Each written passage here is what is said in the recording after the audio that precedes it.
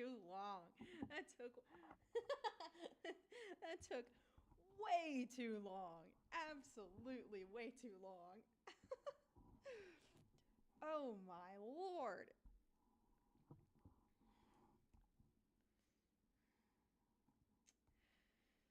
Oh god.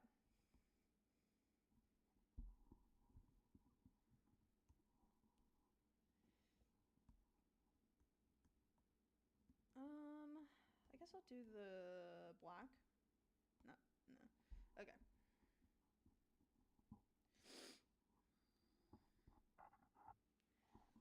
Oh my goodness. Oh, I forgot how much I turned up the. Whoa, I'm so shaky.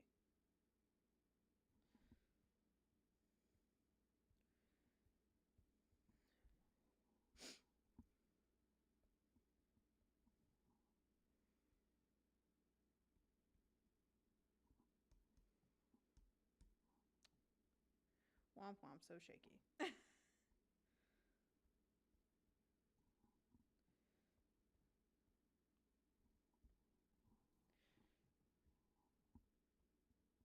I'm so excited. My I'm gonna be going back home soon for spring break. Um, because for anyone that doesn't know, I'm currently getting my master's degree. I'm gonna be graduating this year. Thank God. um, and I've been away from home. I've been away from my dog, and I really miss her. And I really want to get a tattoo of her, but I haven't been able to figure out what kind of tattoo I want to get. So I'm just coming up with sketch ideas right now, just to kind of see what I might want. And she's so cute. She's so cute. She's like the most beautiful dog ever. And she does this really cute thing where she presses like chew toys with her nose to get them to squeak.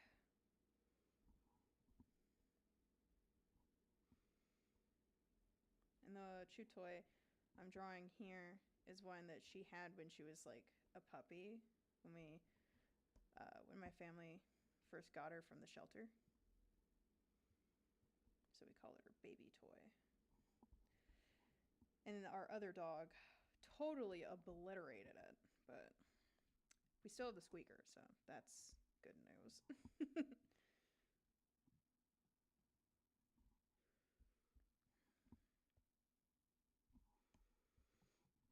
Probably should have made a post as a reminder, but I didn't, so.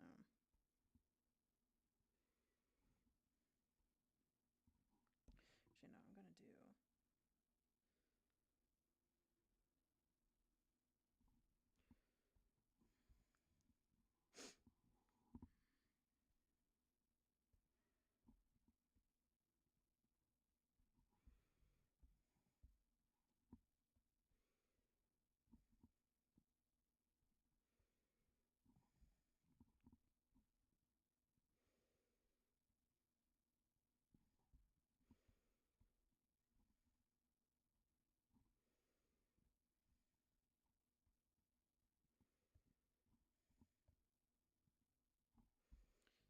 I don't know, something like that.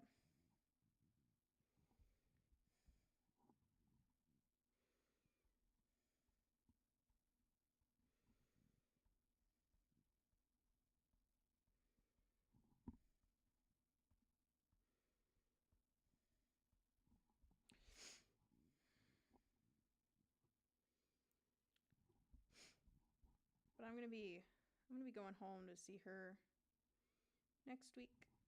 And by next week, I mean this next week. On Thursday, I'm gonna be flying back home because I'm not driving 2,000 miles. It's like a 40-hour drive. If I were to,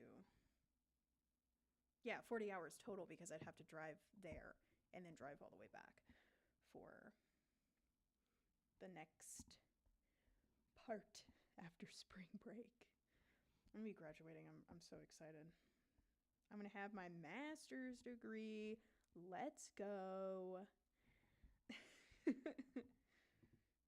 I'm so excited. It's gonna be awesome. I'm gonna be a master at everything I do. Everything I do, I'm just gonna brag to my family like, well, yeah, but I'm a master at this. Doesn't matter if you think I'm wrong. I know I'm a master.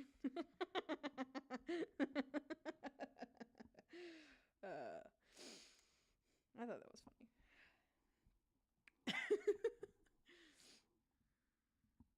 I'm gonna make. She's got like big goo goo eyes. My sister and I used to like make jokes that she had like the human eyes when she was like a puppy. Because she kind of did. Her eyes were like were very very green when she was young. Um, ooh, oh my gosh! I just thought of something that would be so cute. Oh my god! I just thought of something that'd be so cute. Oh my god. Okay, so for all of my tattoos, I have a little star motif somewhere in there, and I want to include that. I want to keep that trend going. And the look on her face, like she literally looks so excited whenever she like plays with her toys like this. It's so cute. It's so cute. I love it so much. She's so precious. She was something a little bit about her. For those who don't know her name is Junebug. I came up with her name because she's my dog. My family originally got her for my sister, but she was like, but we call Junebug. We call her Juna at the house, um, and my sister, you know, she wanted a really really cuddly dog. Well, if you don't know, uh, Juna is a Great Pyrenees and Border Collie mix. So she's like very stubborn, wants to do her own thing constantly, and you know, and that of course, when my sister wanted a cuddly dog, that's a little counterintuitive, you know. Um, and increase the pin. There we go. And when when my sister was wanting to, you know, get a cuddly dog, she was like, "Wow, she's kind of not at all the dog I thought she was going to be," um, which was disappointing for her. Understandable. But because of that, I tried to step up a little bit more so that I could help my parents take care of her because she was a wild puppy. We had a song in the family where it's like, "Oh, she's never ending. Her excitement is never ending," and yeah. But ooh, that does not look great.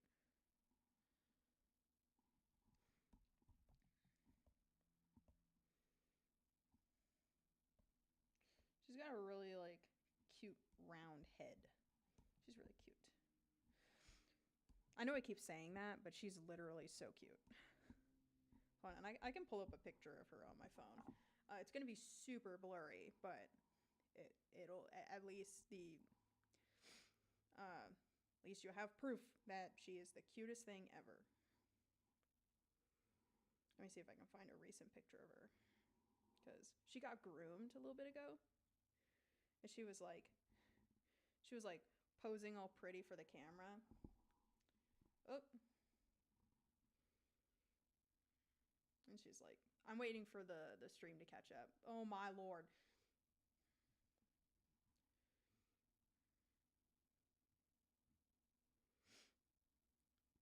Stream takes forever to catch up. Yeah. Okay, it's a little out of focus, but yeah, she's so cute. She's so sweet. She's so fluffy. She was freshly groomed in this picture, and she was just like, yeah. So, she's my girl. I love her. I'm so excited to see her. And of course, my family too. Of course. I miss my dad. I miss my sister. And my mom. I do.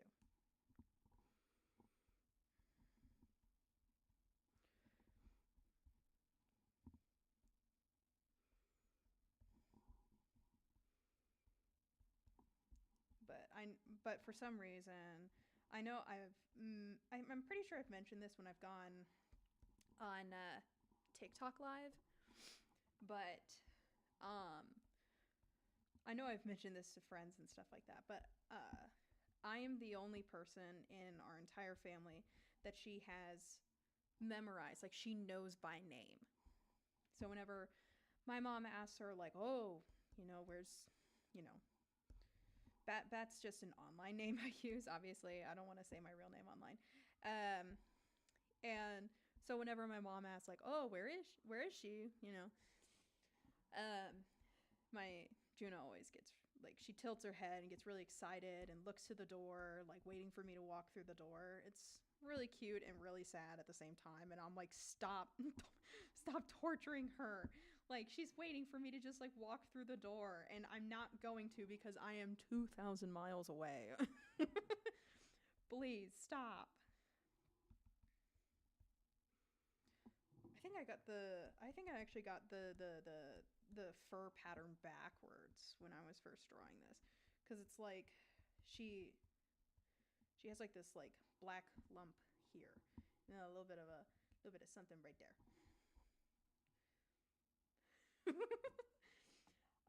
If I were to get this tattoo, and I would love it, I would love having this tattoo. I just realized I didn't finish the candle. I don't know why, but for some reason, this candle toy was like her favorite when she was a puppy. It was like the only one she would play with.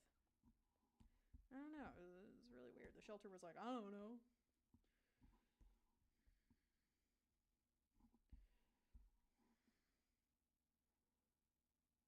It looks very out of style. I'll just like, I'll do that.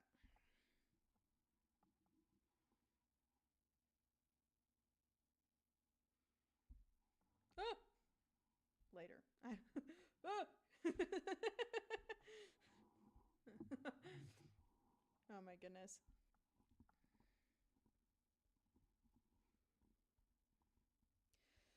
I still haven't figured out how to link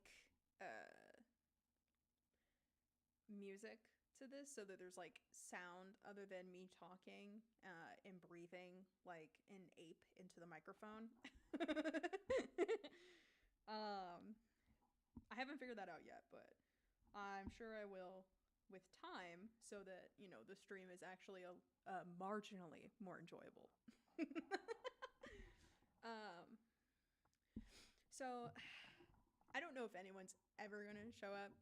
Um, but I guess I could start getting into the drama that I was alluding to when I announced this stream, because there has been a lot of stuff happening on the internet that I don't really care for.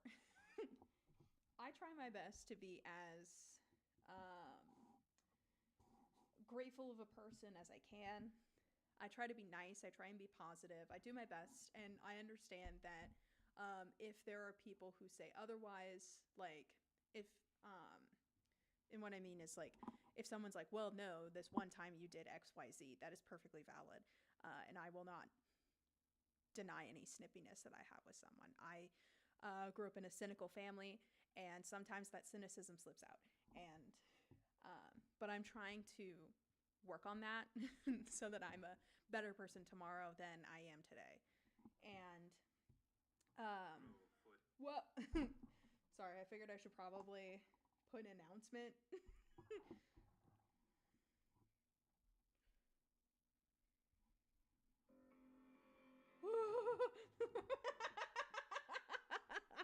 Whoa.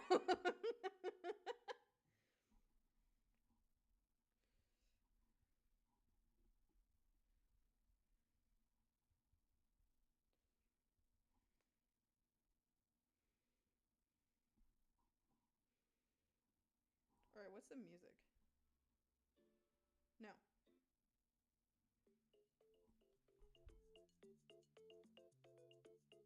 I think this is a great audio. Can you tell I have ADHD? I'm gonna do that. I'm gonna do that audio. I just think it's funny. I like picking dumb audio. Oh, wow. Okay. I like picking dumb audio because I genuinely think it's hilarious. Right. I turned on my phone so I could find a reference picture of my dog's paws. That's right. That's why I pulled out my phone. Idiot. I shouldn't talk to myself like that. That's mean. Okay. Perfect. Look at those. Look at those little footsies. Oh, she's so cute. I can't get enough of her. She's so cute. Anyway, what was I talking about? Well, I was getting into drama. I was getting into some drama.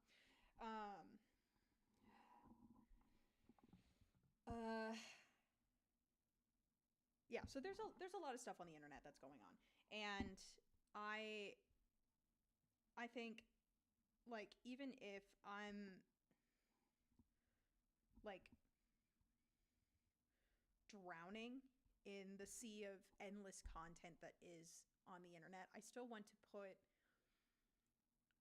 try and put my thoughts out there, because maybe there are some people that will agree with me, and if I'm totally in the wrong, I would love to discuss with people about it. Just because I think it'd be, I'm always eager to get more insight. I wanna be as considerate of a person as I can be. And I'm hesitating because not hesitating, that's not the right word. I'm pausing because I'm genuinely really stupid and I can't talk and draw at the same time, which seems counterintuitive if like this is the whole point of the stream, but I digress. I've never drawn like paws. I haven't drawn paws since like, I don't know, 5th grade. Look at her little dew claws. She had the Great Pyr dew claws on her hind legs. It was so cute. But we had to cut them off because sometimes there are Great Pyrenees that don't understand what it is and then end up ripping it off, and sometimes that can lead to immense bleeding and stuff like that. Because I might be wrong about this, but I thought that it is the dew claw is connected to a major blood vessel. So breaking it off can cause a lot of problems. So that's why sometimes it has to be surgically removed, and hers was surgically removed. I'm pretty sure it was the same time that she got fixed, and I don't think she's ever going to forgive us for that, because she clearly wants to be a mom so bad, and her babies would have been beautiful. But so back to the drama. There are there is a video that was going viral on TikTok. I have like notes to the side. I have like a little postcard of stuff that I want to talk about, because there's just so much that's been going on recently, and I have so many thoughts. And again, if there's something that you agree with or disagree with, I would love to talk about it, genuinely. I want to be as educated as possible. I want to be as considerate as possible. Please, please, please.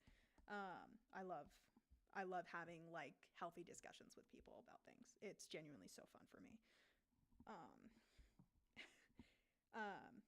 But so there was a video going around about Timothée Chalamet, and I know everyone, like anyone listening to this, is like, oh my god, that's the drama you're getting into. There's more, I promise. You saw I showed you the little guy, the little notes I had to the side. So there is more to cover outside of the Timothée Chalamet thing, but I do want to talk about it because I find it pretty interesting. So a little bit of background is that that people probably know by now is that Timothée Chalamet grew up in a home where his mother is a dance teacher, like a ballet instructor. His sister is a professional ballerina, as far as I know, and his grandmother was a professional ballerina. So, in the video, in this interview that Matthew McConaughey is having with him. He says that no one, I'm paraphrasing, but he says that no one cares about opera and ballet anymore. And I can't help but just want to give my 2 cents on it as someone that is a classically trained musician. I've played in many operas as a percussionist. I genuinely love playing with orchestras. I genuinely love immersing myself in the music and just showing love to it. And the first thing that immediately comes to mind that I find strange is that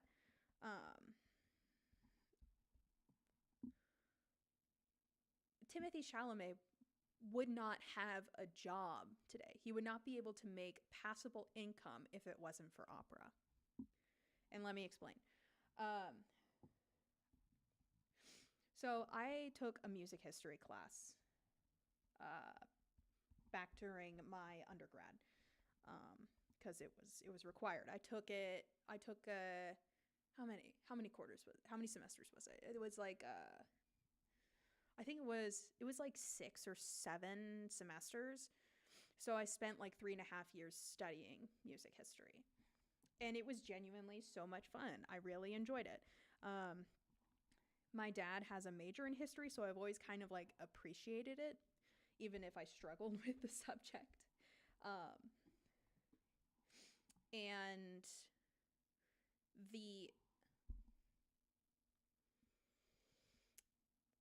during when we were learning about how opera came to be, sorry, I hit the camera. Excuse me. When we were first learning about opera, it was like incorporating this singing speech was very new, and it was unique. But if you think about like modern day performances, the closest that anyone gets to a modern day opera is like a musical, and I know that's really stretching it, but acting has evolved from playing these characters in an opera to major motion pictures. And if opera never happened, would movie actors exist today? I'm inclined to say no. I'm just inclined to say no. And I understand the intrinsic bias that I have because of my studies. And, and I'm willing to acknowledge that. But because but kind of negates everything I said before. And I don't want to negate anything. And I keep losing my train of thought because I'm doing 2 things at once. Technically 4 things actually, because I'm managing stream, looking at reference photos, drawing, and talking. Not that I'm complaining. I'm not. Oh, Purple, what is up? What is up? So nice to see someone join in. Hello.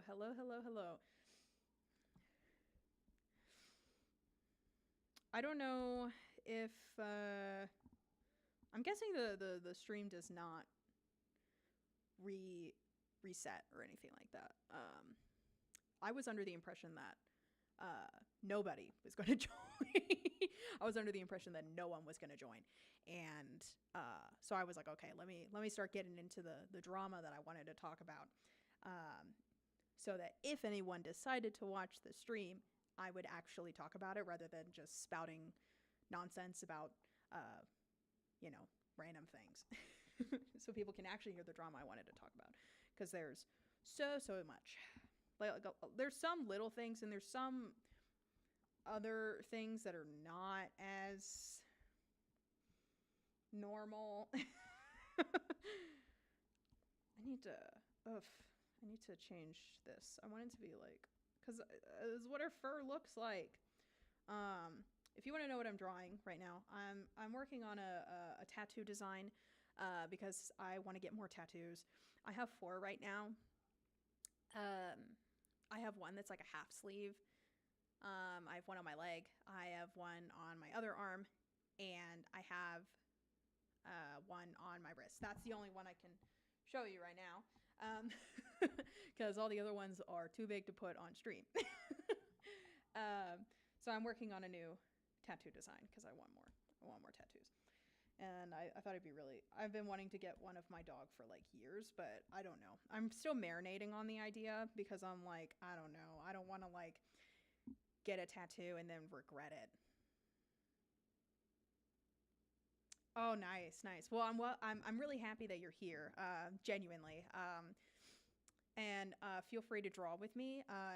I always love it, like when people who join my streams, like sends me pictures of like artwork that they made during the stream. It genuinely makes me so happy. It's so inspiring. I love it. I love it. I love it. Please send me all of your work. I want to see it. Um, yeah. So I was. It might be kind of old news now, but I was. I was talking a little. I was just about to like. I was just starting to get into one of the first dramas that's been kind of bothering me recently, with like the Timothy Chalamet controversy, and I'd I'd like to hear other people's thoughts on it, for sure.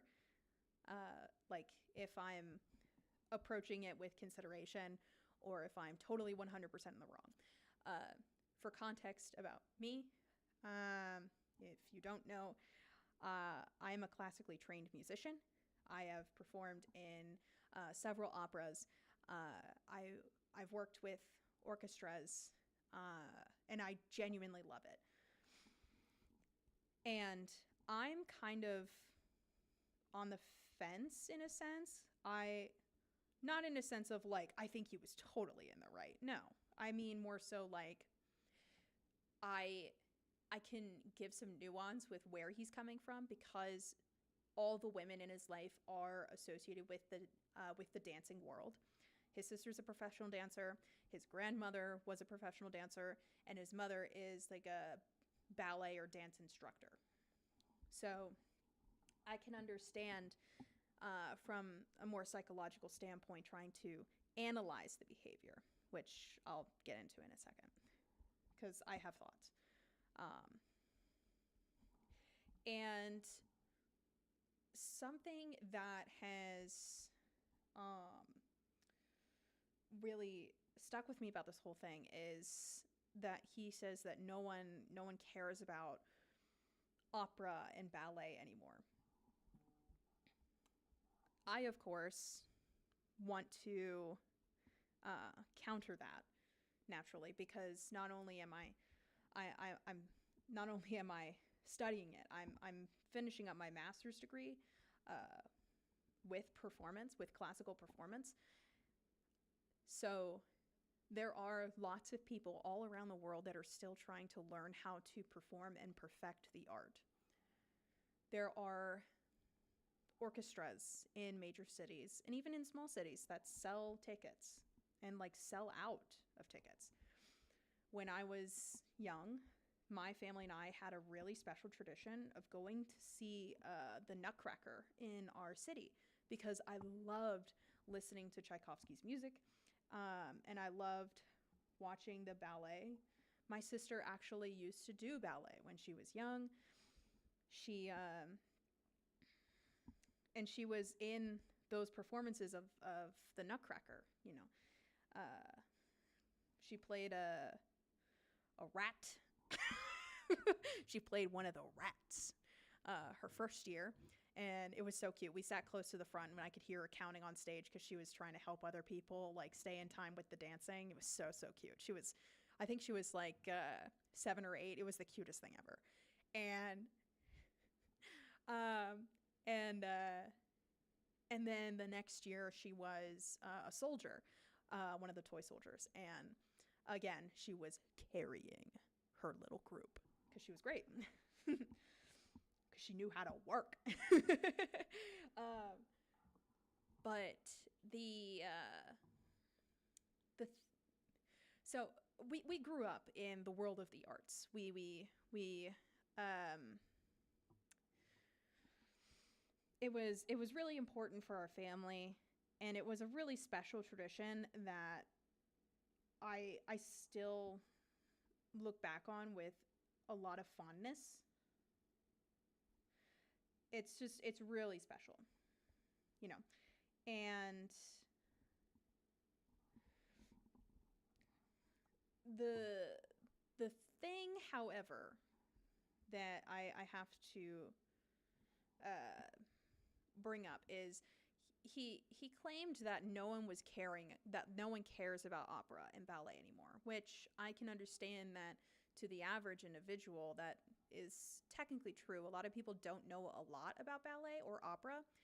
Um, a lot of people wouldn't spend like $60 to $80 just to go to this one performance when you could listen to Luciano Pavarotti, sing, you know, uh, gosh, like someone from Dorma, like online for like $5, and that's totally valid. You know, I'm not gonna negate that, and Pavarotti is like iconic. You know, but what I will push back on, however, is that is the claim that a it is a dying art. And I think to an extent, it is having a harder time keeping up with how fast things are moving nowadays. But I don't think it's dying. The reason I say that is because of this music history class I took. Uh, I had to take music history when I was getting my bachelor's degree. I had to take about 3.5 years of music history. And I genuinely enjoyed the class. It was a lot of fun. It was really insightful. And it was really fun being able to write like academic papers and stuff like that. I don't know why, but it was so much fun for me. And there was someone when we were talking about um, 16th century opera, like 1500s or something, or we were talking about no, wait, no, it was like closer to the mid-romantic and the end of the romantic era and the start of the more modern era, which was from the romantic era was from like the 1820s, like approximately 1825. People typically associate it with the year Beethoven's Ninth Symphony was released. So around there, and then it ended in about like the 1920s ish. So it only lasted about 100 years, um, which probably doesn't sound like a long time, but if you analyze all the other eras of music, it's pretty average. Um, and the there was someone in my class that was like, why learn all these little things, like all these names, all these intricate titles, for something that people don't really want to go see anymore? Like, it's kind of a dying art. And the professor of the class just kind of laughed for a second and said, opera and music and dance have been a dying art since the 16th century. People have been worrying about it falling into obscurity you know, since like the 1600s. It has been dying for like 400 years. And and there were people in the 1800s, the 19th century, that tried to counteract, try and experiment and do new things to draw attention to the music world get people interested again, you know? And the idea that people don't care about it anymore is just a vast overassumption. It's generalizing the public. And sure, there are a lot of people that don't care about opera, that don't care about classical music.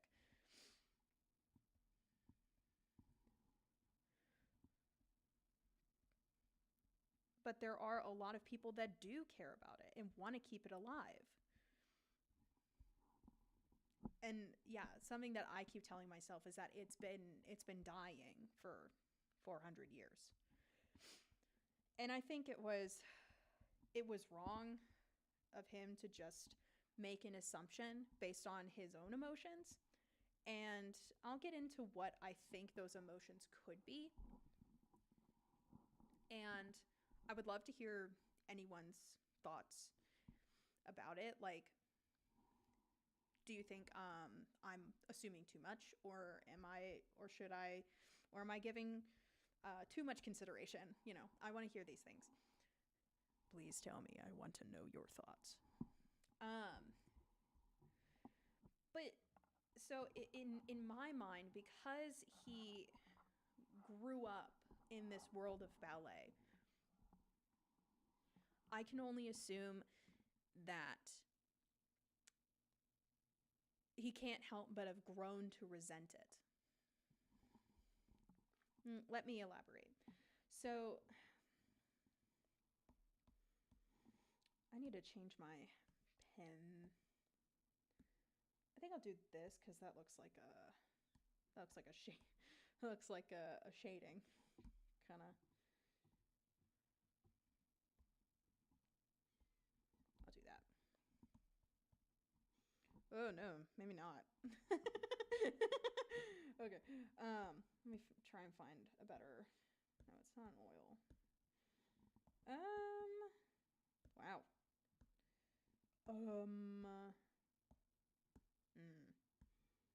Lettering? No. Wow. Okay. This is tough.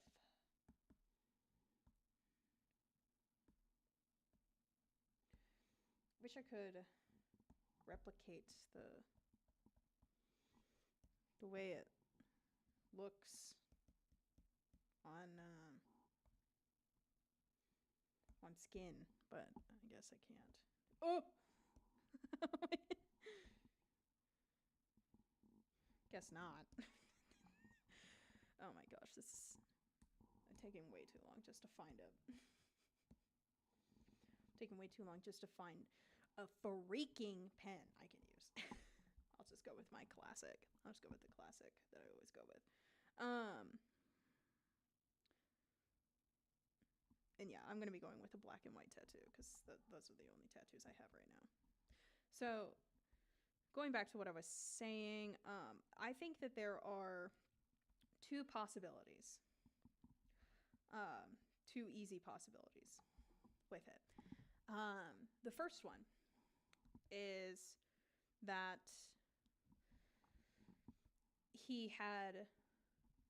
being Timothée Chalamet, tried to get into the world of ballet, wasn't good at it, gave up, and eventually ended up resenting it. Alternatively, he was so overexposed as a child in this world of art and dance, he can't help but resent it now. Either way, it is very, very, very sad that he has gone public with his own personal distaste of that form of art, publicly disrespecting his mother, his sister, his grandmother. That's really, really unfortunate. And I hope that he can make peace with whatever resentment he has, and, you know, potentially educate himself a little bit more. And I don't mean that like in a condescending way. I really don't. I don't want to be condescending. I don't want to be inconsiderate. I just personally think that it's to make an assumption that no one cares about it anymore is pretty naive. But that's what I think anyway. And again, I'd like to hear your thoughts on the situation. If you care, if you don't care, if you think my opinion is big, stupid, and no good, I would love to know that. Please tell me. It'll make my day. But yeah. So with that being said, still kind of on the topic of the arts is how prevalent AI art is becoming. Has anyone else noticed that? It feels like it's becoming really, really big now. My family, unfortunately, are like they use ChatGPT and generative AI a lot, and I'm embarrassed to say that as an artist, and I say that half kidding. I feel like I have to preface that. You know, she's got little marks on her toes. She's got little spots. I love her spots. They're so cute. They're little spots. What does her other foot look like? It's got a little spot there. Little spot there. A little spot there. Okay. Sorry, I'm trying to make sure that my drawing is accurate. I'd be so upset with myself if I didn't capture my girl properly, because she's so cute. Let me see if I can find a better picture for her back paws. I guess this one's kind of good. Okay. But yeah, so I feel like AI art is becoming really, really, really big. Just yesterday, I was on a call with my sister and my mom, and they both apparently went up to the bedroom in my parents' house, like my old bedroom in my parents' house, and they were like, "Man, she's kept her bedroom the exact same since she first moved into that bedroom when she was like, I don't know, like 10." And yes, my taste has changed a lot since I was 10 years old. Obviously, that's how time works. And both of them started, like, they took a picture of my bedroom and then fed it into ChatGPT to be like, "Hey, can you give this bedroom a boho chic look," right? And lo and behold, obviously, it did that. And they were like, "Oh, it looks so pretty." Like, both of them are suckers for change. I am not a sucker for change. I don't like that many changes in my life. When I have like a designated safe space, I want it to be the exact same as always, because I'm like, yeah, it has always been a safe space, and I want to keep it as always being a safe space. Like, maybe little bits and pieces will change over time if I feel that it doesn't really represent who I am anymore, but to some extent there is comfort in the there's a lot of comfort in what has always been, you know what I mean? And yeah, but both my mom and my sister are like, "You need to change your room, you need to update your room, you need to do this, you need to do that." And I'm like, no, I don't want to. Which, always makes them upset, because they're like, "How can you still be okay with this bedroom that has looked the same since you were 10 years old?" I'm like, "Well, because it's my space, and I like my space."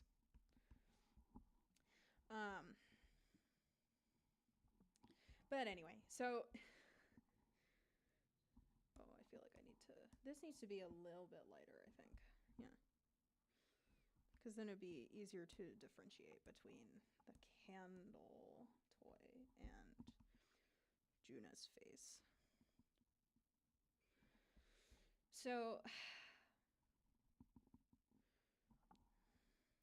actually, hold on a second. I just thought of something. I'll make her eyes this color too.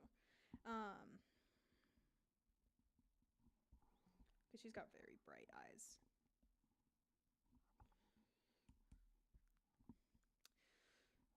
But yeah, like with AI art, it's just becoming bigger and bigger over time, and it's pretty daunting. It's pretty unfortunate. It's disappointing that it's becoming so prevalent with time. I've even seen some posts online that like show an artist being like a quote unquote artist that's like, I use this to get into art school. It's like, well, why are you going to art school with something you you like made with a prompt? Like you didn't even make it. You didn't. The joy of there's a Bob Ross's show was called The Joy of Painting, not The Joy of AI Generation.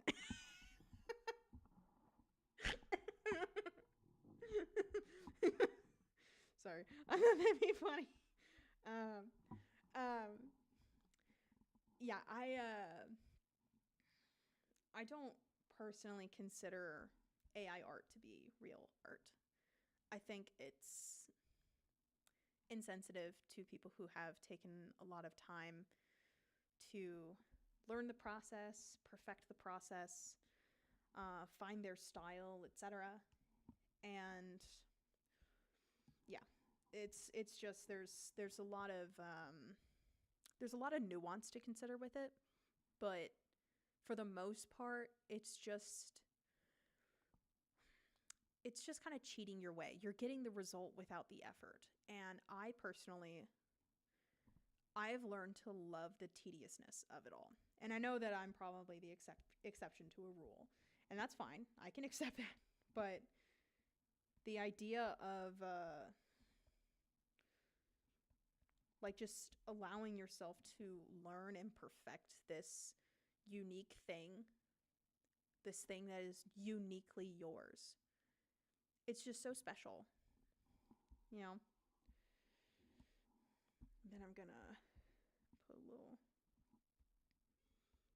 thing underneath. Well, actually, hold on a second. I'll put that on a different layer because I need to.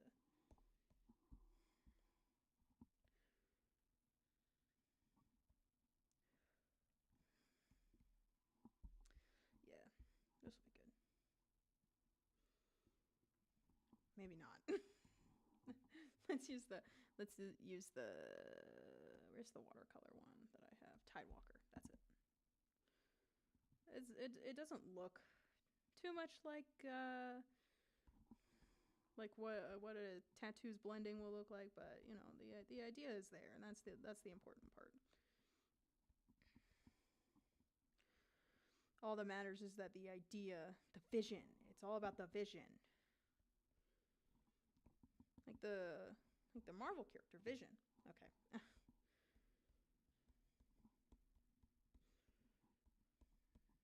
Right, I gotta. Obviously, it blends out underneath her tail. What am I doing? Why didn't I? Why didn't I draw?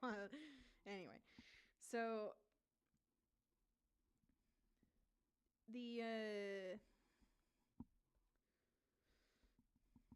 going back to what I was saying about AI art. I think Drew Gooden put it really, really well, where it's like, oh, I can't do this. Like, it's going to take me 10 years to learn how to do this. His response was, okay, so what's the rush? How can you expect to ever be good at something if you won't even take the first step to do it? And honestly, that is so incredibly true. A shortcut is always appealing, but I've personally, I don't, as cheesy as it is, I don't think anything that's worthwhile is going to be the easiest thing to do.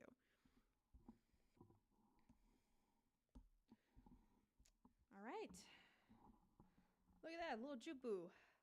Little Juna. If I get this as a tattoo, it's probably going to be on my arm because I think that'd be so cute. But oof, I don't know if you heard that. I just popped my neck. All right, now what?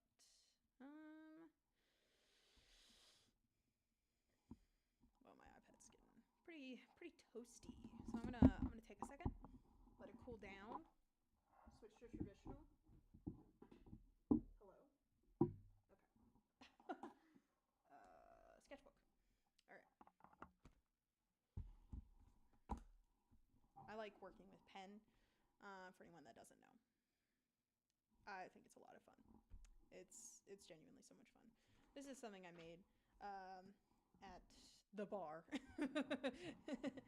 I was just hanging out, having a few drinks, eating some food, and there was no one there, and the workers know me, so I was like, I'm just gonna start doodling, and it was really fun. But so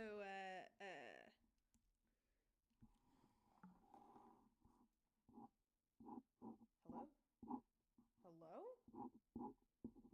I just there we go. Okay. Um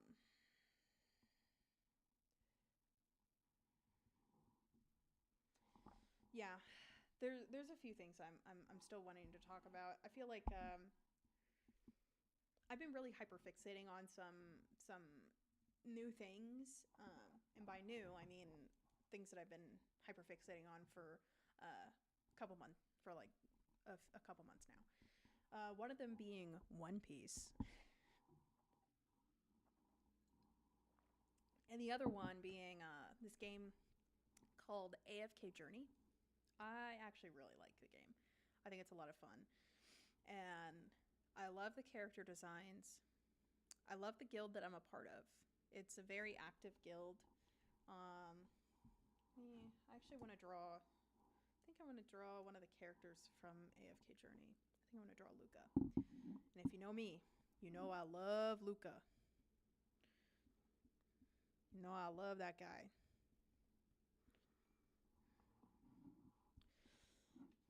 And I'll have my phone somewhere near the screen so you can see that I'm like referencing a photo.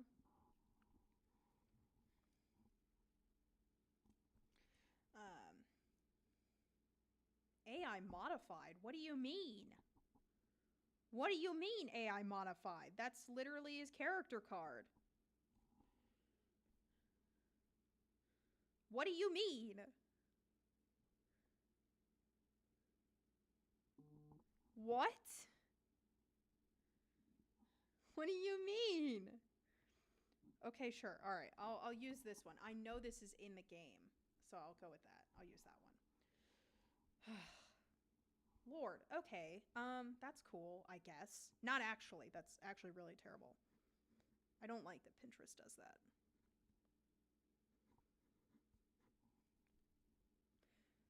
I do want to draw his side profile though. I love his side profile. I think it's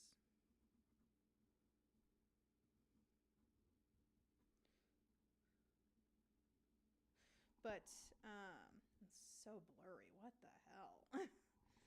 um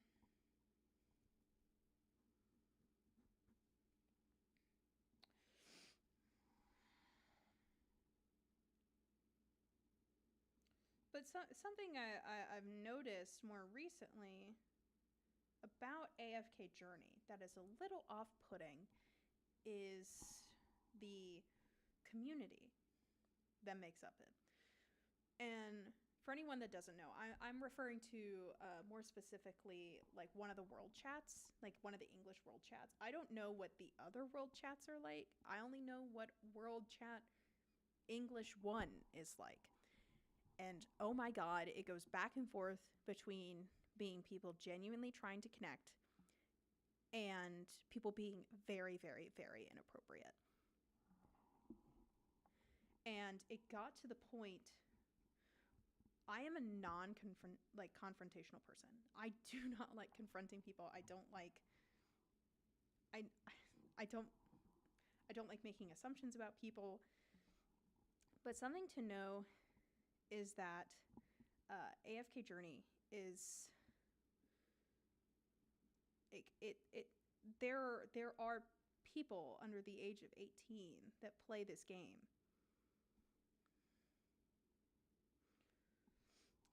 And the language that is used is not appropriate for minors.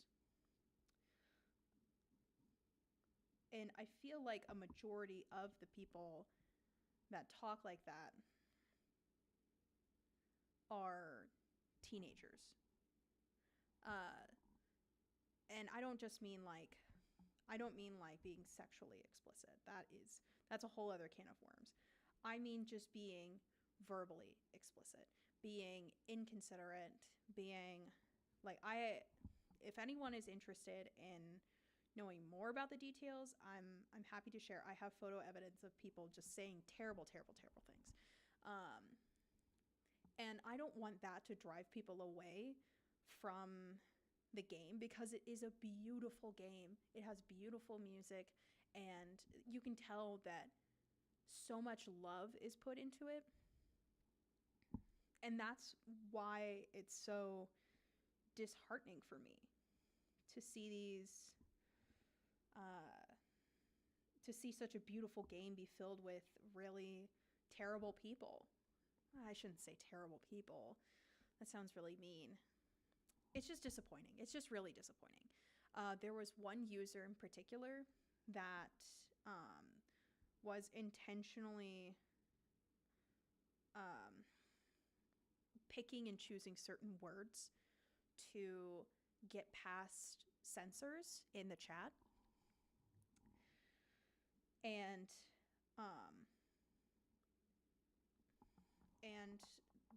that, again, I have plenty of photos of what this user said. If anyone is wanting evidence, please feel free to message me on TikTok, and I'm willing to give you that evidence if you have any doubts. And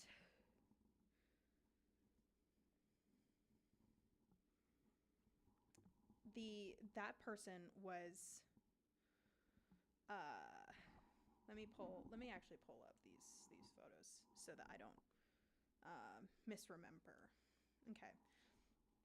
So they were sending like sexually explicit content. They were telling other people in the chat that their parents should be obliterated. Trigger warning for fat phobia. Hello, Moon. Hi. I'm talking about some crazy controversies. I'm sorry you came at such a weird time. Trigger warning for fat phobia. A lot of it. And I will be censoring any words that they spelled out to get past censors. This user said your parents should be obliterated by a car for creating such an obese mutt. I truly could not fathom being as obese as you. Try going on a treadmill, you donkey. I sent all of these pictures to the devs that I have. And the worst one by far was this comment that's, again, was intentionally altered to avoid being censored in the chat. This person said, I hope you all commit sue of slide. That was when when I saw that's when I went back and started taking a bunch of pictures of the things this user said in the chat, and I started reporting them to the game developers and the moderators. I reported their account, and I was approved, thank goodness. But it was my immediate response after seeing that comment. I said, hey, please stay safe, everyone. Do not do that. Do not listen to this person. Stay safe. Because there are children that play this game. Regardless if someone is like no matter how old someone is, that does not excuse telling someone to end their life. That is so, so, so hateful. It is so despicable. And a couple things to know about me is that, one, I am a survivor, and two, despite everything that I personally have gone through, never once in my life have I ever considered saying something like that to another person. And yeah, and I asked a bunch of people in my guild chat. I was like, hey, please help me like report this guy, because they're clearly being intentionally hateful. They would drop the R slur. They would call people just fat, just really, really, really hateful stuff. And it was so, so, so awful. And there are a lot of people that talk like that in the chat, in this game.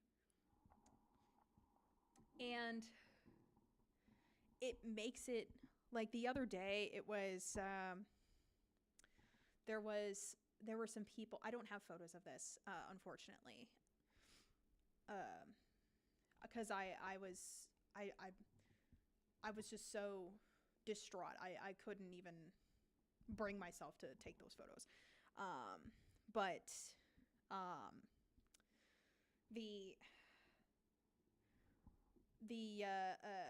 there were users, one of them being the person that I had reported, agreeing with these comments. And of course, I reported them again for making all those comments. All the people that said these things, I made sure to report them, because there were a lot of trans people in the chat of this game.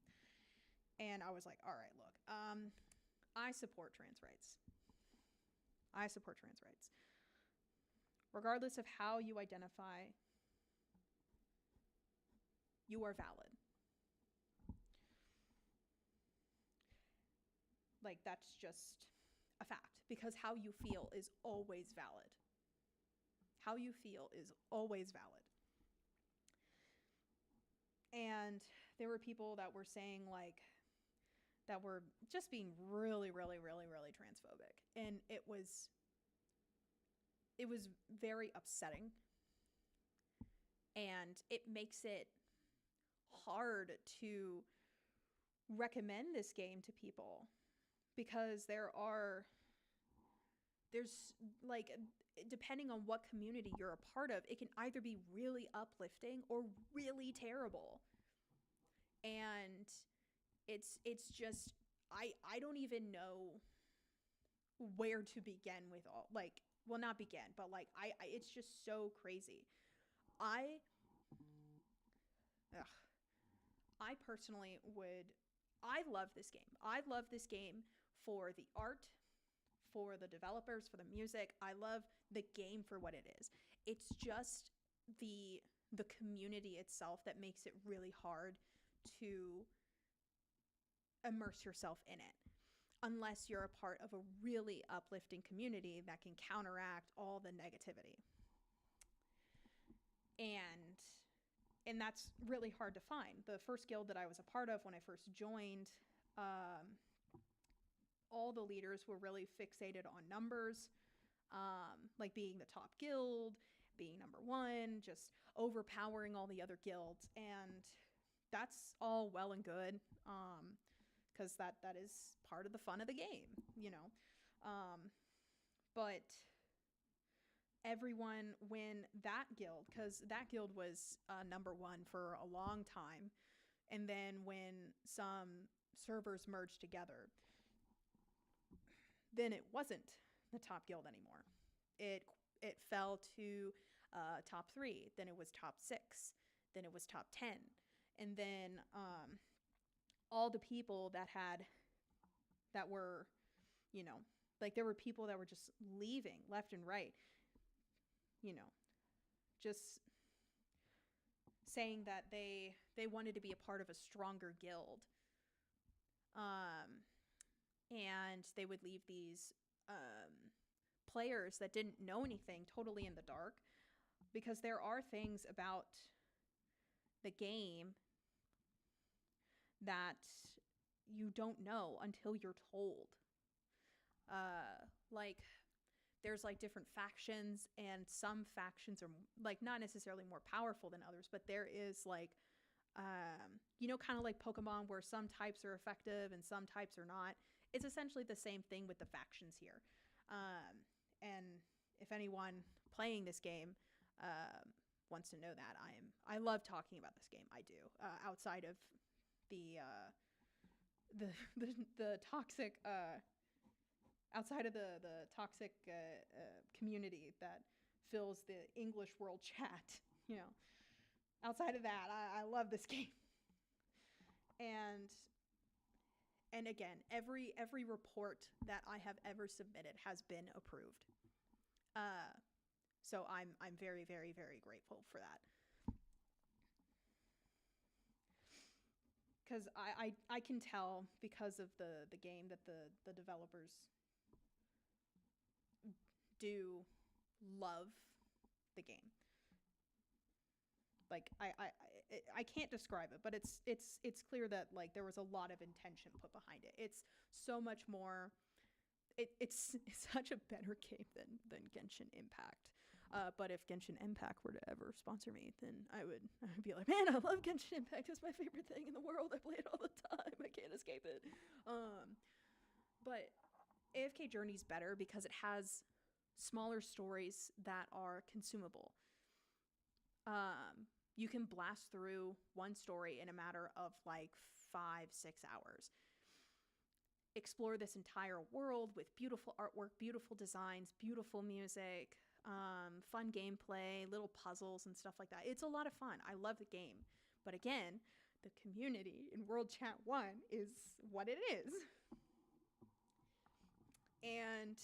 And yeah, so every time I get on AFK Journey, I go to the world chat just to kind of catch up and make sure that no one's saying anything too hurtful or harmful. And that's not me trying to be like on this holy crusade where like I'm better than you kind of thing. It's just that there are people under the age of 18 that play this game, and speaking like that, speaking so hatefully to essentially children, that does a lot of damage, especially if there are players that are getting away with telling people to end their lives in a way that gets past censors. It's just really awful. And I know that, again, as someone that is a survivor, it stays with you forever. It really does. And for me, I know what it's like to be alone, and I don't want other people to think that they're so unwanted. I want to make sure that like because it's even if it feels that way, no one deserves to feel that way. And seeing people just talk about it so openly and like such a terrible way, it makes me, it kind of brings back those memories of isolation, and I just don't want anyone else, if I can do something about it, I want to help people not feel that way. And it doesn't hurt me to say, hey game devs, you should like not have this person be on the platform. You should like,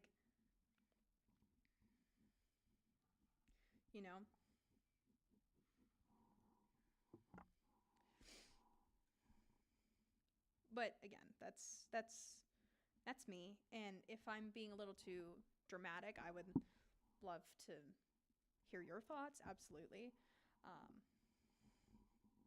I'm open to any discussion, genuinely. But yeah, it's just a little disheartening seeing it. So like almost every day, But I guess there's always a possibility that like, oh, well, if it bothers you so much, why don't you just leave the world chat?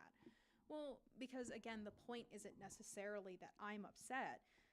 the point is that there are children in this world chat that are communicating with these people. Things that are, like, these people are saying things that are very, very sexually explicit. And again, in a way that gets past censorship. And children should not be exposed to that kind of content, period. So I stay because I want to report those people so that it's a safer community for those that are underage.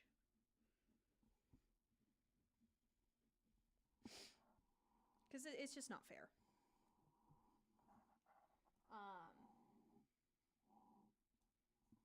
I did talk about things I liked about AFK Journey. I could literally talk about AFK Journey for hours. I love the art. I love the art. And I love the characters. I do. I feel like I have to balance it out and be like, no, I actually genuinely love this game. And I think that's part of the reason why I'm so passionate about it, is because it's like, it's such a beautiful game. And there are some genuinely very, very, very, very nice people in the community. You just kind of have to like sift through all like everything else, and then you'll find them. But yeah, I love this game, and I love this character. He's my favorite. I don't know why. I mean, I have a guess, but he's my favorite.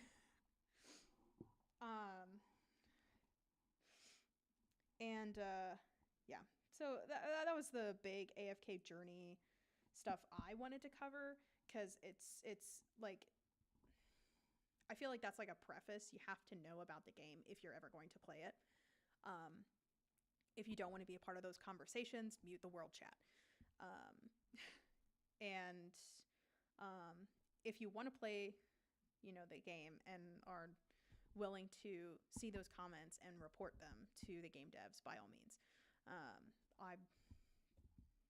That's what I'm doing. Yeah, I genuinely, I love this game. I recommend it to my friends all the time. I'm like, hey, I literally can't stop playing this game. I love it so much. And I love the guild that I'm a part of, because the guild leader is genuinely so uplifting. Yeah. So there are really, really good aspects of the game, but there are some things you have to be aware of going into it. And that's the biggest thing I would say to anyone that's like thinking about playing this game. I'm gonna do some of this. I think he looks pretty good. He looks kind of pretty. Look at him. He turned out pretty all right. Not bad for just a pen, Not bad for a pen sketch. Not too bad. I'm all right with that. I'm gonna put his name there because I love him so much. I spelled it wrong. It's 2 C's. I'm a fake fan. I spelled his name wrong. Oh no. I love him. I love him so much. I think he's just so pretty. I don't know why. I see him and I'm just like, oh my god, he's so pretty. But oh my gosh. Okay. So here's some other things. Here's some other opinions that I have. It's a lot. It's going to be a little bit more uplifting. This one is a little bit of a tangent away from the horribleness of the AFK Journey world chat. This is about Resident Evil 9, because I've been watching Markiplier's playthrough of it, and I told my sister, I was like, you should watch it, because I want to hear your thoughts on it. I want to hear what you think of the main character, Grace. And also, Leon looks really different. Is that just me? Am I the only one that thinks that Leon looks really, really different? If you don't know Resident Evil 9, or Resident Evil in general, that's totally fine. I don't blame you. If you're not a fan of horror games, don't watch it and don't play it. I don't like playing horror games. I like, not like jump scare horror, like, kind of games where you need weapons and you need to take down zombies. I can't do that. I'm too stupid and anxiety ridden to do that. So I don't. I like psychological stuff. I prefer those like psychological thriller games. Like something as simple as like The Test can be really, really great, and it can cut really deep and make it really unnerving. Those are the kind of games that I like if I were to do something that is horror related. I'm gonna draw Staleska next. I probably didn't need to make a little line there, but I did. Scusa?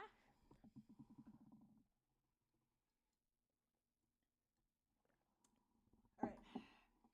I need water. All right. So here's the next thing. Yeah. So the main character, Grace. I hate saying this, but I don't like her. I haven't really had a reason to really support her character outside of the fact that she has a traumatic backstory. But it's like the typical Resident Evil trauma backstory where parent keeps secret, then parent die. parent not living anymore in front of child, like it's that kind of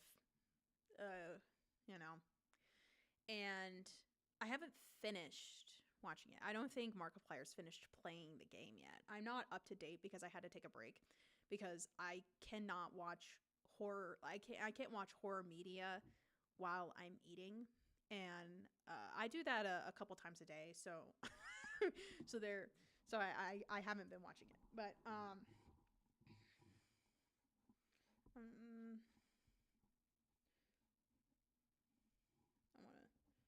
gonna draw Staleska. She's gonna be so pretty. I love her.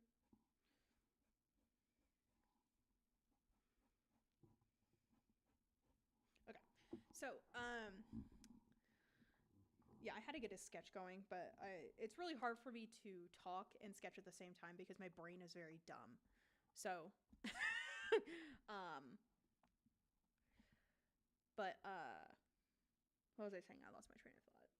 Oh no! Oh no! I lost my train of thought. Where did that term come from? Train of thought. Train of thought. Anyway, I'll analyze that later. But oh my goodness. Yeah, Resident Evil. Okay, so this girl, Grace is like an FBI agent. They established that pretty early on in the game, like in the first chapter of the game. And she's told that she needs to go investigate a hotel that has a lot of weird things happening in it. A lot of zombies are popping up. Weird infection thing on these people. Classic Resident Evil, right? And she's like, she pauses and she's like freaking out for a second. And her boss is like, I know that's where your mom was killed. And it's like okay, yeah, of course. like in real time while I was watching that video, I was like, I know your mom died at the hotel. And then he said it, and I just started losing my mind. I was like, oh my God. It was so great.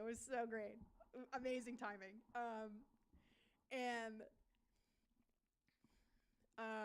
Oh my goodness. I feel like what's it?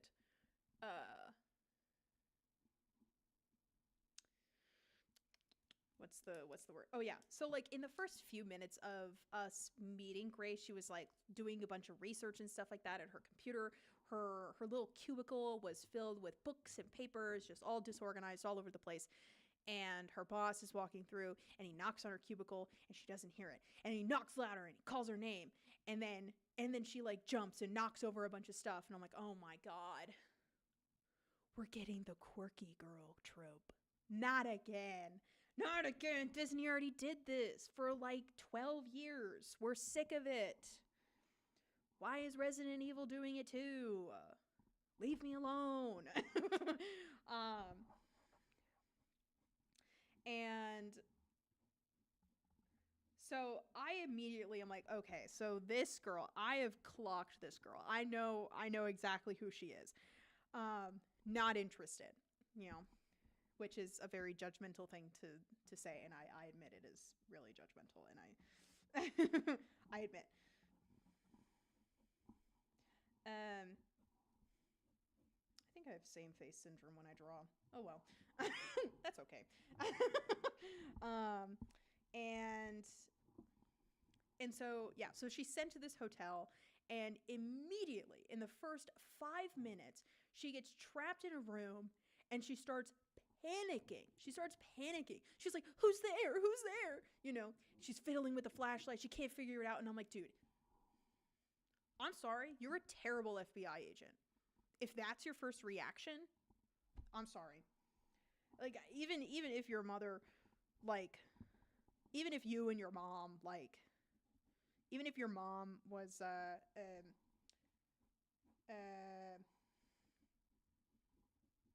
you know, is not alive anymore because of this hotel, you chose to be a part of the FBI. I would think that part of the training you'd have to do is to detach yourself from your emotions so you can remain objective and keep people safe. A good girl couldn't even handle a door closing. Okay. And I, being the terrible judgmental person that I am, I immediately am like, yeah, I would have done a better job at her job. You know, maybe. But maybe. But it's just like, I don't know. It makes it hard for me to like. No, literally, it is giving YN. It's like, it just like it. I feel mean saying it. It's just like, it's hard to support a character that's just like constantly stumbling over herself and being so quirky. It's just really hard to like a character like that after seeing the trope for so many years. You know? And it's like, if you're an FBI agent, then I would assume that you have been exposed to plenty of horror content in the past, especially in the Resident Evil universe. So the fact that she can't handle a little bit of blood, she can't, like, she's looking at like photos all the time. She was looking at crime scene photos. She was analyzing the data. And yet, as soon as she's on site, she can't handle it. It's like, okay, dude. So which is it? Are you this smart, badass person, or are you YN?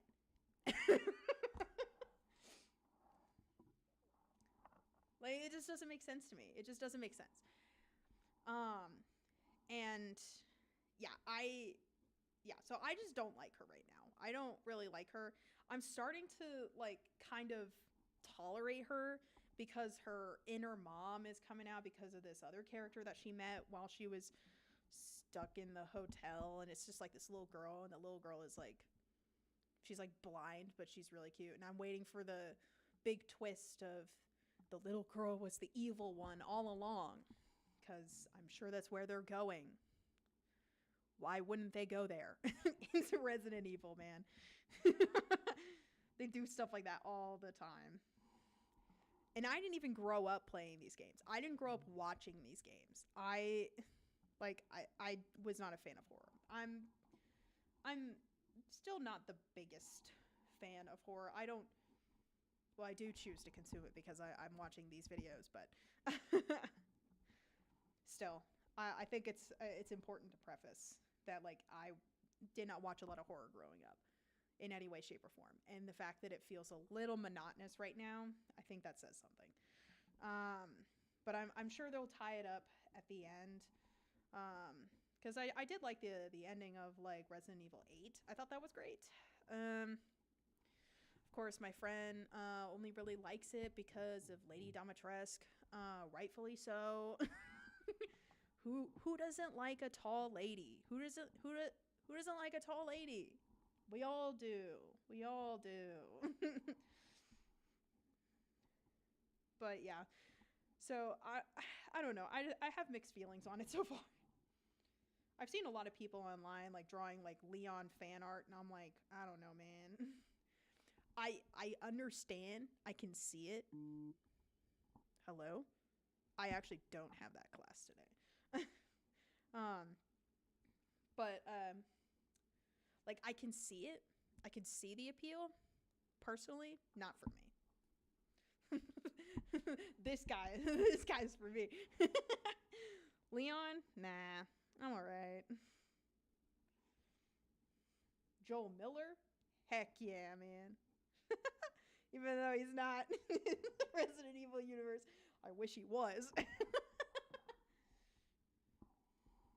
But yeah, so I just have mixed feelings, and I'm waiting for the story to pick up a little bit more so that I can really support this new character that they've introduced, because I know the team wants us to support her,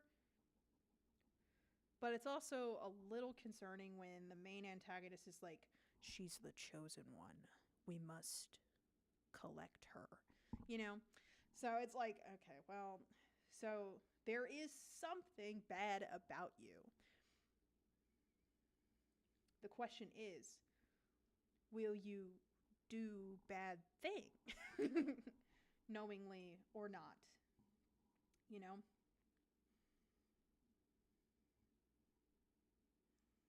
Uh, but yeah, so yeah.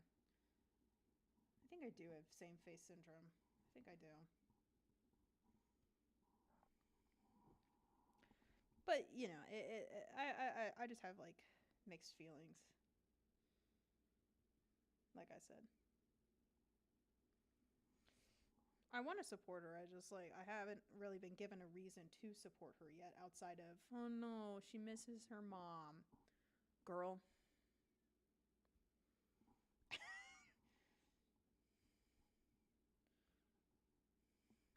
I don't know, man. I don't know. I don't think there's anything I could say in this moment that wouldn't sound so assholeish, I don't want to be an asshole. I don't. I don't. I really don't. But quips are funny. So, but yeah, I don't know. I just like I haven't had a reason to really support her yet. Leon being infected has given more reason to support him than Grace being in the FBI and her mom died, because she kept secret from Grace.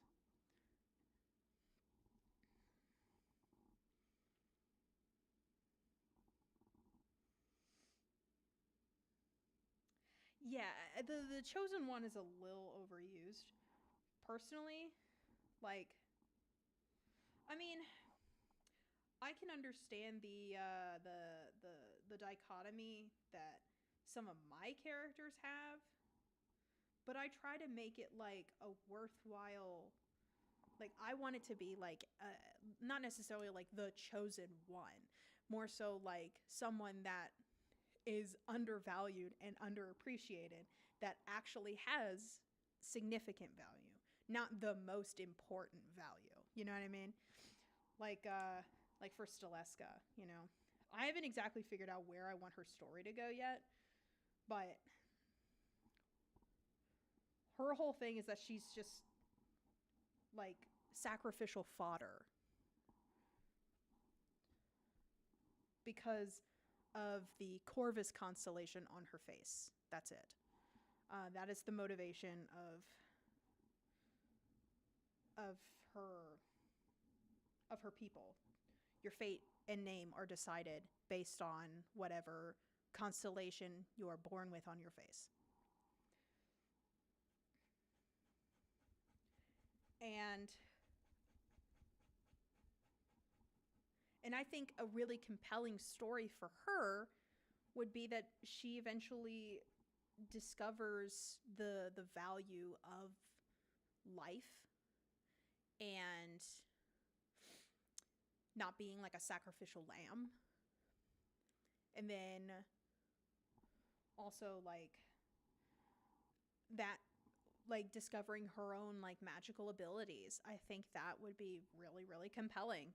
But she's not like the chosen one or anything like that. She's just more important than people gave credit for. I think that would be a good, like that would be a good story, but like like I'd be interested to see if Rose becomes a part of this. Yeah, cuz the idea is like the idea is to make it something that's relatable. Like you want something grounded. You know, you want something that people can understand and relate to.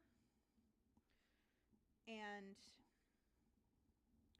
being undervalued, there was a reason why the chosen one trope was so popular for a long time. And that's because there was, to an extent, some relation to it, because people were like, wow, I feel underappreciated. Maybe I have more importance than I realize. Maybe I could be a chosen one in some retrospect, which could lead to like harmful levels of self-obsession, but like an egocentrism. So there is a balance that has to be maintained, right? But it's, you know. But going back to Resident Evil, I'd be really interested to know if to find out if Rose is going to be a part of this story, because unless it's like some alternate universe that she was a part of, I don't know. I don't really understand how the worlds really work. I don't know if Rose is a part of the same universe as Leon, or like what the deal is. Feel free to educate me so that I know what's up. You know. Um, but you know, I don't know. I feel like they've already done the trope with Rose, like her being the chosen one, because she's technically Evelyn's successor with like magical powers and whatnot, and I would like to see how that could tie into future games for Resident Evil, because otherwise it feels like Ethan's sacrifice was kind of in vain, you know? Like he just died, we got a DLC, that's the end of Rose's story. Like I'd be interested to see if it ties in to Resident Evil 9, and if Grace is a potential counterpart to Rose. And if that's the case, then like okay, so then she ends up being a villain. I think that would be really interesting. I think that could be a really great twist. If Grace was just meant to be a physical, like embodiment of the infection, you know, that'd be really interesting. But again, I haven't watched enough of of playthrough of the playthroughs to really make any guesstimations, you know. Ugh. But yeah, I just hope that they don't do another chosen one thing. I really hope they don't do that. That'd be so boring. That'd be so boring. I mean, I guess there's a possibility that, did they say Grace's mom's name in Resident Evil 9? Did they say? Because I just realized that there's a possibility that that Grace's mom could have been Rose, but I don't know if they said her name or not. Let me check. Yeah, Resident Evil 9.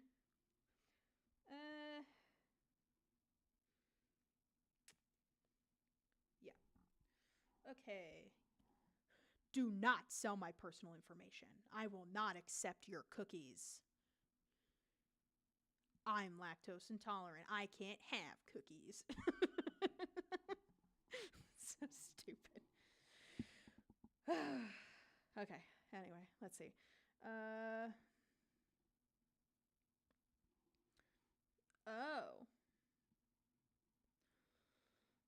Well, her last name is Ashcroft, so immediately my theory is wrong. Well, there you go. Womp womp. There goes my theory. Whoa. I do not want to see a Honda ad. Thank you. Yeah.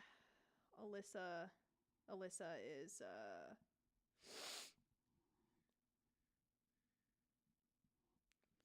okay. Yeah. Yeah, Alyssa is Grace's mother. Okay. Not Rose. Womp womp.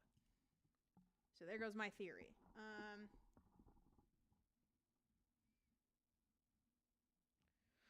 Yeah, I don't know, man.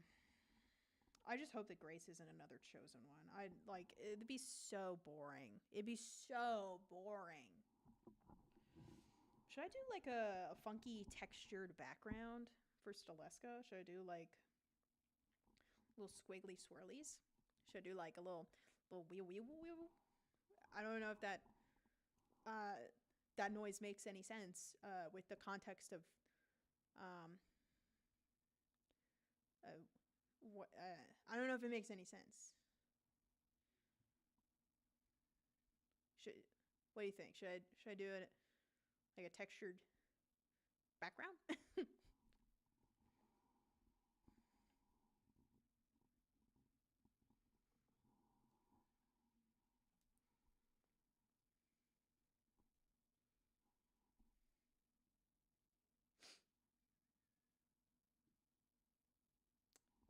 I'll just go ahead and start doing it.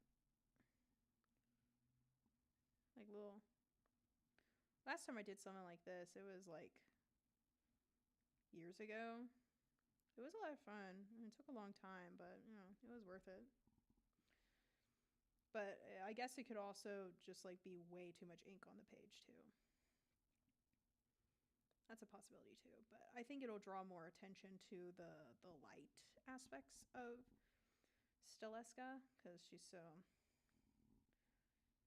Also, I don't know if going back a little bit to AFK Journey, my username in AFK Journey is Staleska because that's when I first came up with the concept for her, and I was really hyperfixating on her story.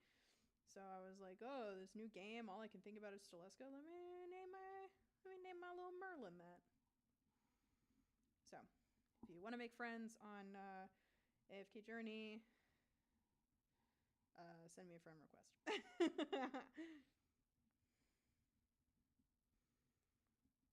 But yeah, like I don't know. I have mixed. I'm a little nervous to see where the story for Resident Evil goes, because I feel like it'll. I'm sure it'll be. I'm sure it'll be good. Like I don't know. I don't know. I just worry. I just can't help but worry. I just don't really like. I just don't really like Grace. So it's. I'm just like I don't know where her story's gonna go, and I don't like that it could either be really good. Well, I hope it'd be really good, but because of how her character acts, my hopes aren't very high right now, and I'm scared. I need to relax my hand while I do this. I can literally feel my tendons being like, I could hate you.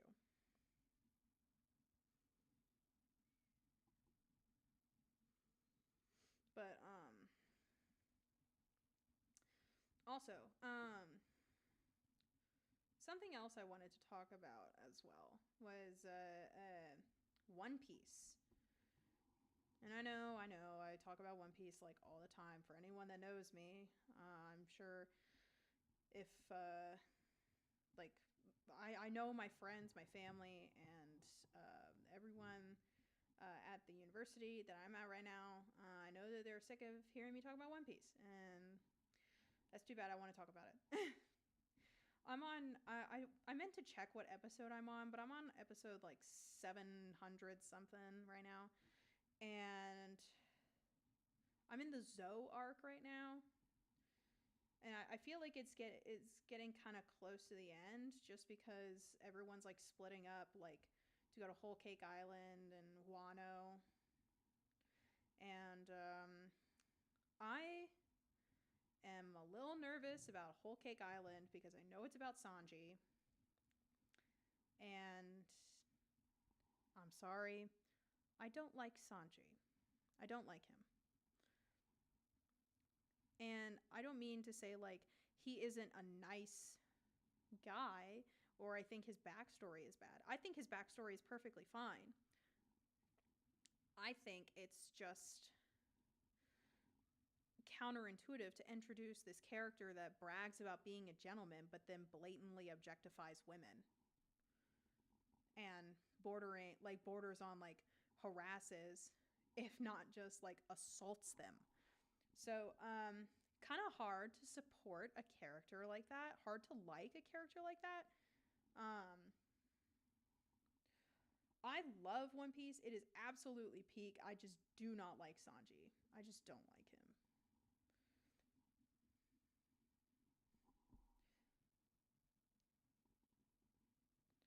Well. And I don't like how women are treated in the One Piece universe. It's just, it feels a little icky.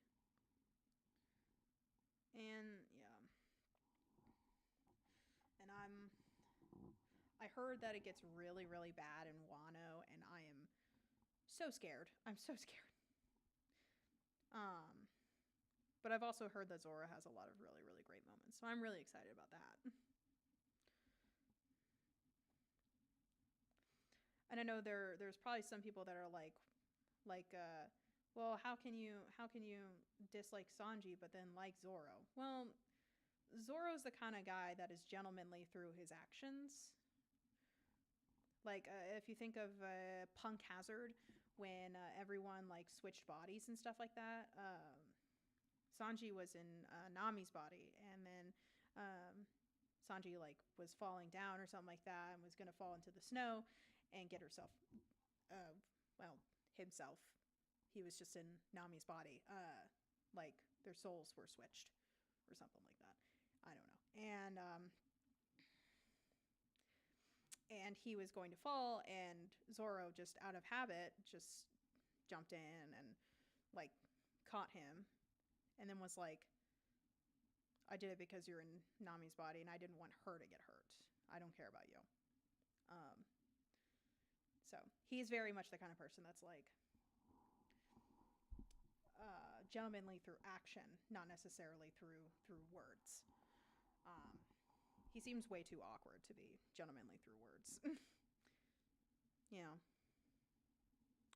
And yeah, I don't. So I'm excited to see how his character progresses a little bit more in Wano, because I just heard he has a lot of really, really great moments. So I'm excited about that. I'm not excited about Sanji's moments though. I'm really not excited about that. I don't want to.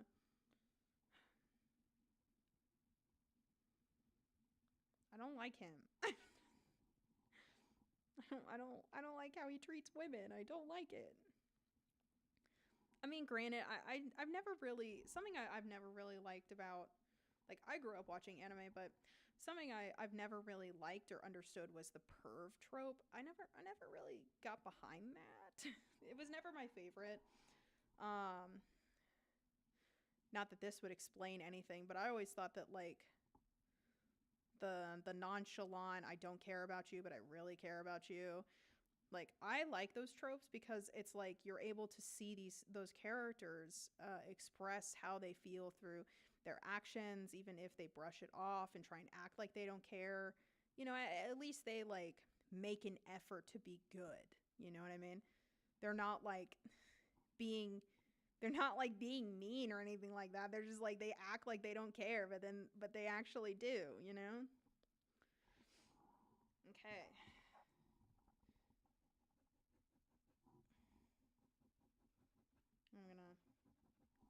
double texture. But, you know, but yeah, the perv trope, I've never understood it.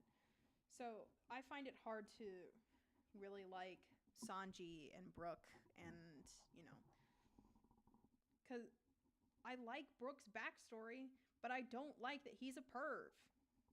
Like, it's upsetting. It's like, it makes it,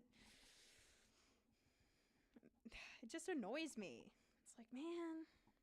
And that doesn't mean that, oh, because I don't like these characters, that means that no one else should like them. No, that's like, if you like those characters, that's perfectly fine. If they're your favorite character, by all means, like them. I just personally don't. I'm not going to judge you for liking them. I'm like, yeah, like whatever character you like. Whoever gives you serotonin, keep getting that serotonin, you know? But yeah, it's just for me personally, I'm just not a fan.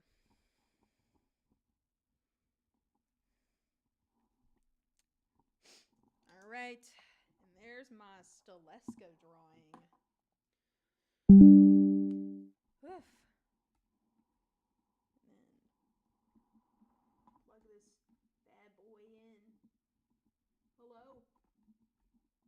Hello? Please. Okay. There we go. Ooh. Oh, excuse me. Man, I have not streamed in a long time. Oh, wow. Gotta. Even though I'm 2,000 miles away, I still find dog hair on my clothes.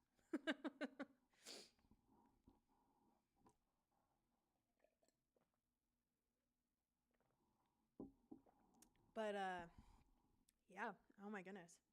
I mean, that was about all the drama that I wanted to cover. You know, the Timothy Chalamet thing, a little bit of an AI art rant, AFK journeys, interesting world chat,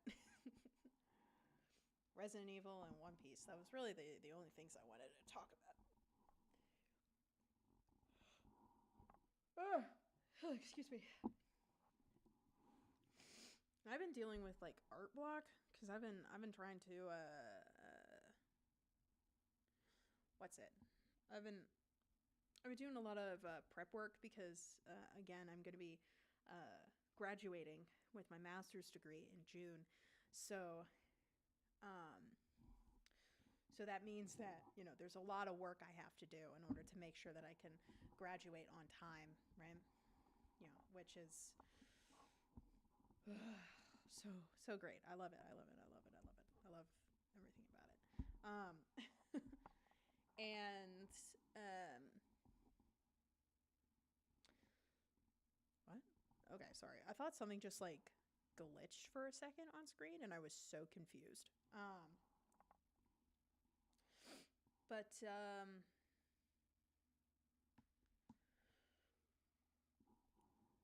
So excuse me.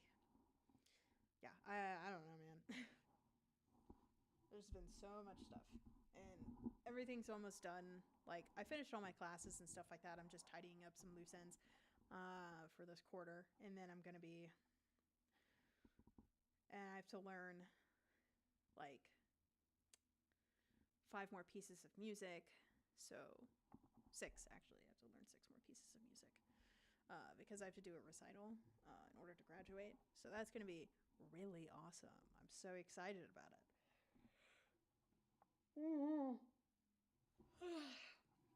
But I'm excited. I'm going to be flying home in a few days. I'm so excited about that.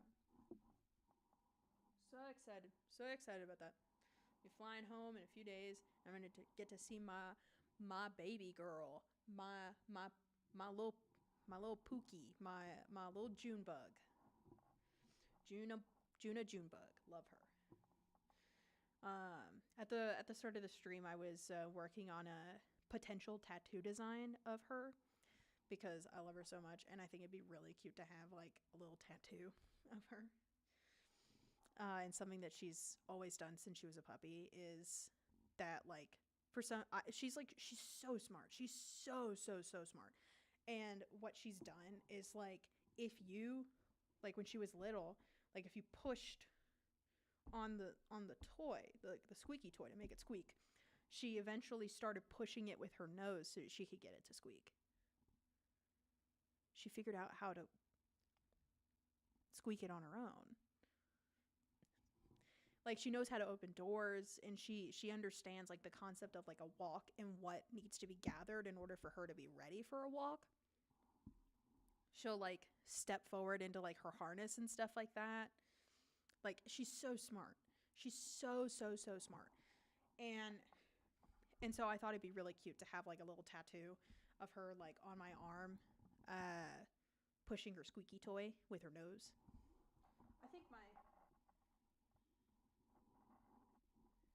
I think my iPad has cooled down enough so I can switch back to digital, and I could show you that, because I think it'd be cute. I think it'd be a cute little tattoo.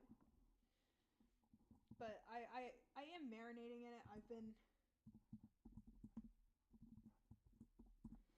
trying to decide for like 4 years if I wanted to get this tattoo of her, but I'm still kind of on the fence. I haven't really decided yet. But I thought it'd be so cute. And I'll just wait for the stream to catch up. Okay. Yeah. So that's the design I have right now. Obviously, it's just, just a tentative design. And it's not perfect, and that's okay. But I just thought it'd be so cute. I thought it'd be like really cute to like have her on my arm, just always like pushing her squeaky toy, because that was a toy that she's had. The one, yeah. The toy in the drawing is one that she's had since my family and I first adopted her from the shelter that she was at. So I thought it'd be really cute, and I'll zoom in so you can see her face a little better, because I'm really happy with how her face turned out. I think it's so cute. Let me see if I can find a. I know I have a photo of her doing it. It's so cute. Let me find it.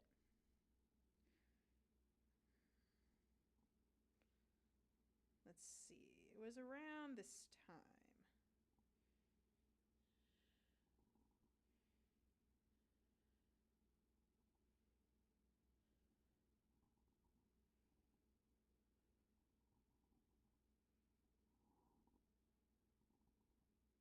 Okay.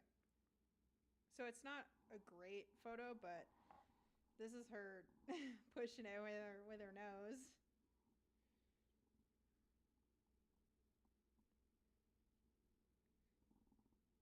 She's so cute.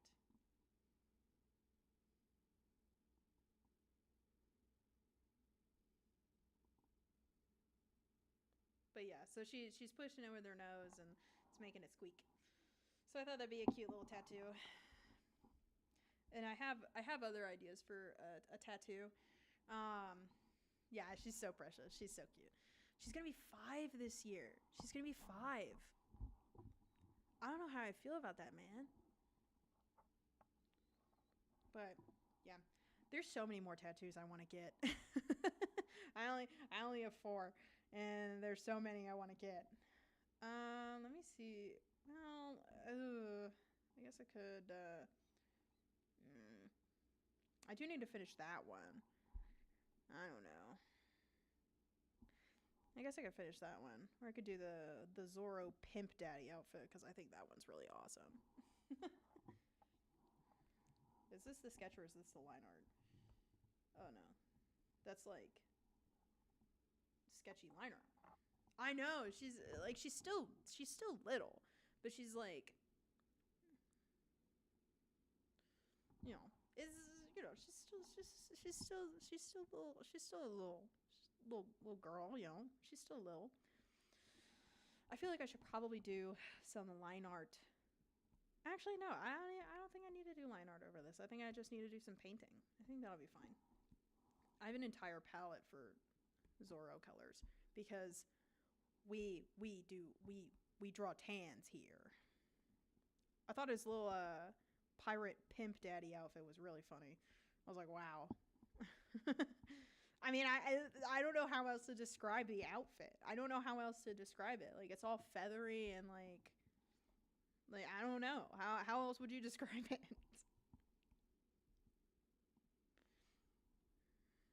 Honestly, I don't even mind the tree trunk neck. I really don't. There's some people that are like, oh, it looks so bad. It looks so bad. And it's like, well, it makes sense for his character. He's always training. Of course, he's gonna have crazy delts and crazy neck muscles. Of course he is. He's always lifting weights. That's what happens when you're buff. That's just what happens. I don't make the rules. You got a problem with it? Take it up with my higher ups. Oh, it's so mean. Stop talking. I also have been working on. I've been trying to make a little Zoro keychain because I have like a giant Zoro plushie that I crocheted myself, and now I want to have keychains because I thought it'd be really cute to have like a Zoro Ita bag. You know what I mean? I thought that'd be cute.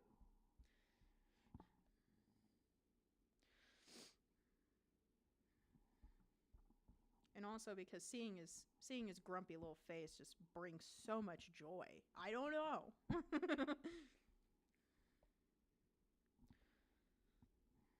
And I have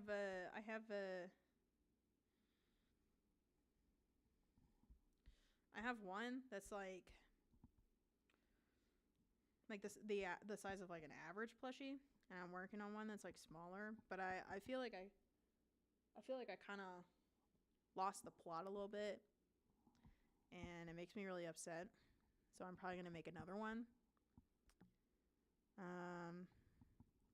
And I don't know. Maybe I'll just like put eyeballs on it and no mouth this time. Like eyeballs and eyebrows. That might be cute, actually. Like hold on, let me sketch out this plan. Let me sketch out this plan so I can show you the vision. Ah, white background. Ah! That's better. So here's the vision I have, right? I'll use a white pencil, right? Because well, it's off white, but like little crocheted keychain where he's just like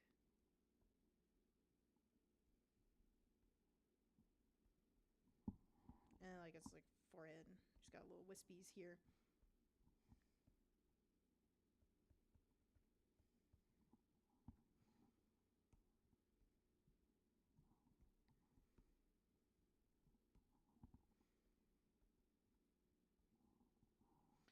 I mean, and then I could like make his spiky hair, right? Those sideburns, because I gotta have the sideburns. He's gotta have the sideburns.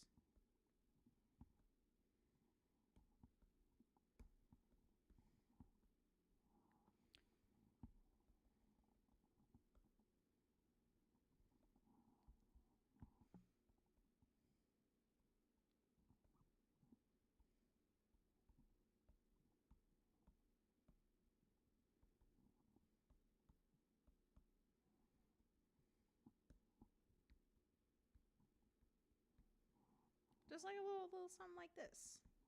Just a little guy. Get a little guy. That's kind of the vision I have. Just a little guy. I thought it'd be cute if I could like find a way to like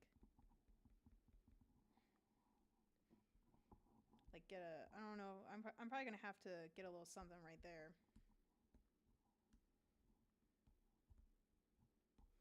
Like, you know, just a little guy. I think that'd be so cute.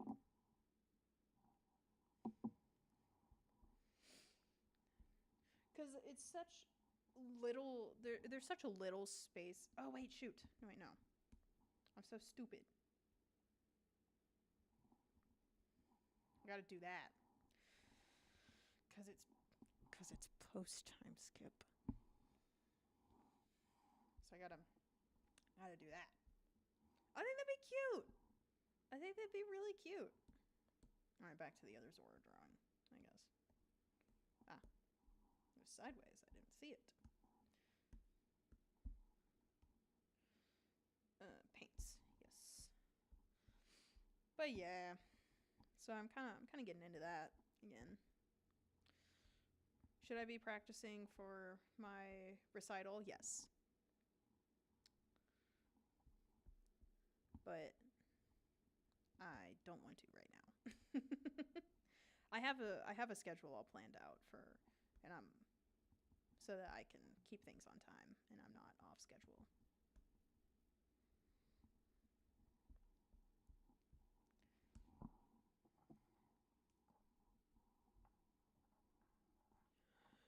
Oh my goodness.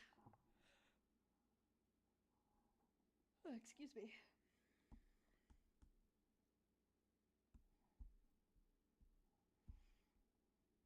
Ah. Do you think Zora would have green eyelashes? I guess that's a dumb question. is that a dumb question? Where's the... There it is. Okay. No.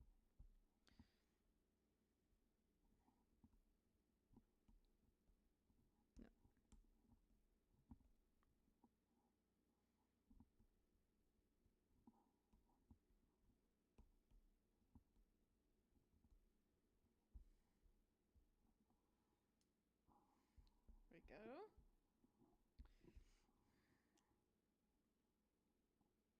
And then I gotta draw on his outfit.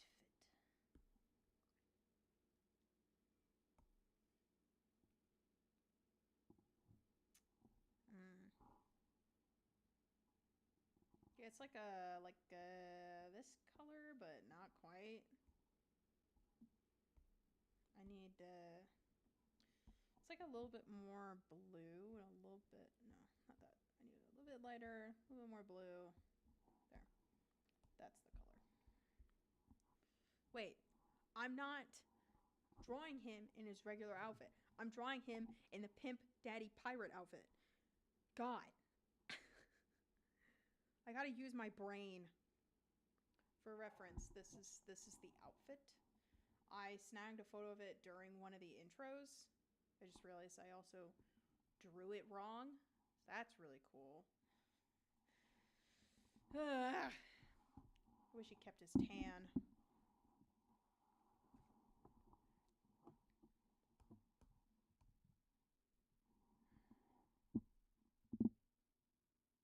Which color is this? Which one?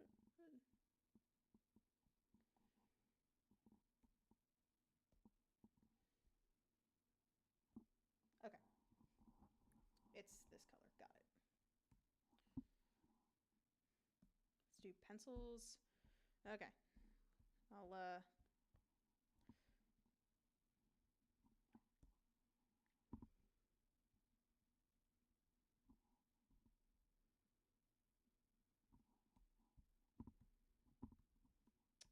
Oh my gosh. I'm so excited for dinner cuz I made something really delicious last night.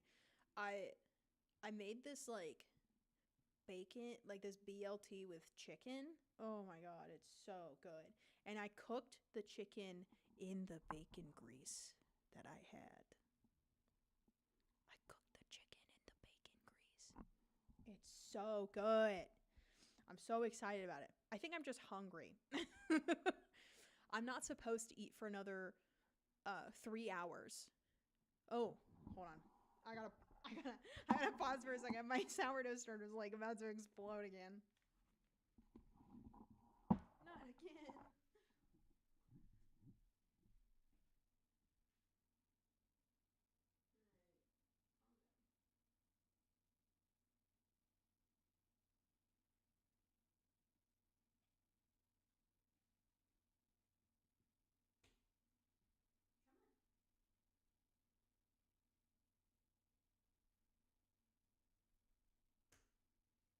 What?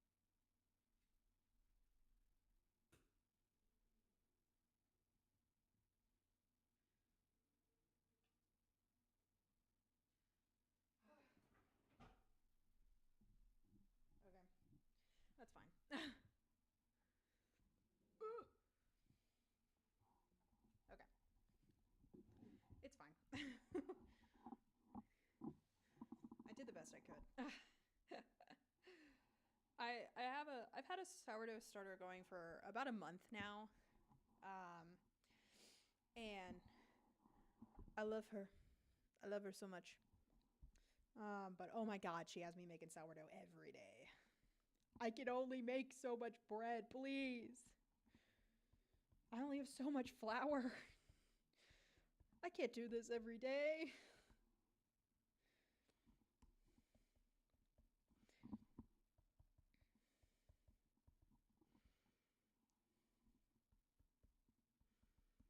But yeah, I've really enjoyed the process of making sourdough.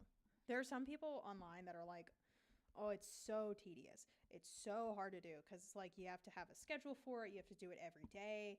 But I'm like, I thrive in that. I actually the sandwich that I had yesterday for dinner, the BLT with chicken. The bread I put it on was actually slices from a sourdough loaf that I had made, and it was so good. It was so good. I'm really happy with how it's turned out. I had two sourdough starters for a while, but I had a white flour. Is it exploding again? I just fixed it. What the hell? Okay, sure. I don't think it should be. Am I blind? Don't answer that. Okay. Well, I think I'm just blind. I don't know. I'm probably gonna have to make another loaf tonight. So that's gonna be really cool. Maybe I could just live off of bread for a while. That'll end well, right? That always ends well. It's like the yeah. It's like a it's like a vomit putrid green. Yeah, like an olive green. Yeah. Yeah. Okay. That was great. I'm so okay. Paints. Yeah. Okay. Wow, it looks so good. Nah, it's actually really. I don't mind the color. I do like green. Green makes me happy. That's probably why I like Zorro so much because I'm like, oh, he's just a green guy. He's just guy with green hair. That's awesome. That's probably it. I'm like, wow, I love him. He got green hair. Honestly, I feel like if I could pull it off, I'd probably have green hair. But I don't think I can pull it off. So I just wear green every day instead. Yeah. I'm actually wearing green right now. Oh, I should have saved it for tomorrow. Tomorrow's St. Patrick's Day. I'm not going to do anything for St. I swear it looks like it's exploding. Okay. I'm not going to do anything for St. Patrick's Day. It's just like I just like to wear green. Green just makes me happy. I like wearing the color. It just feels awesome. I just wear it and I'm like, yippee, green. Yippee. In that voice. Yippee. I love green so much. That's how I sound all the time whenever I look at myself in the mirror and I'm wearing green. I'm going to go a little darker, a little more blue. A little darker again. Yeah. Okay. For some reason, this shade of green. Oh, okay. This shade of green like reminds me of the taste of like sour apple Jolly Ranchers. Yeah, does that make sense? Or like those old scented markers that are like, oh, it's green apple scented. That's what this looks like. That's what this green is. It's green apple scented. Okay, here's a little story. Okay, here's a little story from about me. So back in like elementary school, when my parents and I first moved to like one of the uh, nicer neighborhoods, because we moved from being really close to downtown to being like 10 miles away from it, and there was like a little gift shop, you know, inside of the school where you could like get little knickknacks. You could get like little cute erasers and pencils and like scented markers and stuff like that. And there was like a type of scented marker that was so popular with everyone. And I remember being like, I'm not going to be a cool kid unless I get these markers. You know, that kind of like thought process that like any like 7-year-old would have, right? Because I was 7 at the time. And and I remember I'm pretty sure I ended up getting like one of the markers because I didn't have enough money to like get more than like one or two. And I was like, and then I got them and I was like, wait, they actually kind of smell like shit. I don't like these markers, but I'll use them because all the cool kids have it. And and that's when I learned the importance of being smart with money.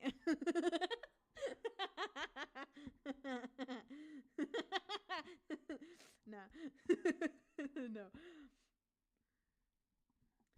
Um, no, but seriously, it was I do remember. I'll have to ask my sister. We both went to the same elementary school. I have to ask her if she remembers that little booth. You know, I'm sure she does. I'd be surprised if she doesn't.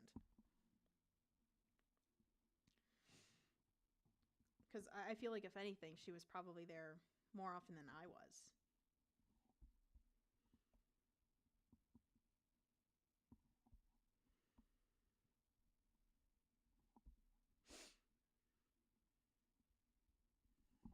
Because I was the kind of kid that was like, I'm too scared to ask for what I want. You know, I'm a little scared to ask for what I want.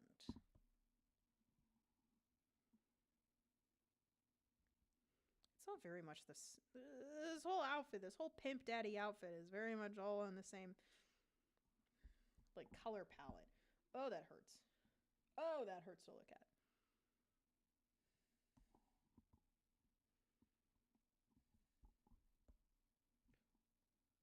Oh, that's like laser beam in the eyes.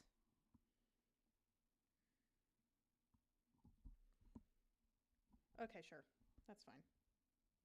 Better than what it was before. There we go. But is it better? Is it better? I need to ask myself more of these questions.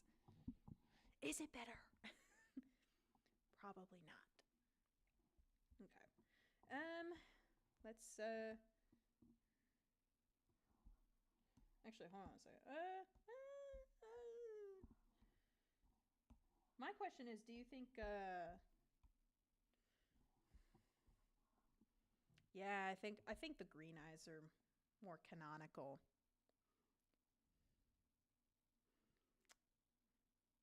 I don't know what color his eyes are because I've seen brown, I've seen green, I've seen gray. Like I don't know. I've seen gold. I don't know, man. What color are the characters' eyes in this show? I liked the old way of drawing Robin's eyes, where yeah, it's definitely exploding again. That's so cool. That's so cool. Uh, okay, hold on. I don't want there to be a mess on my counter. I'm gonna go take care of my sourdough real quick. Again, I gotta do it again.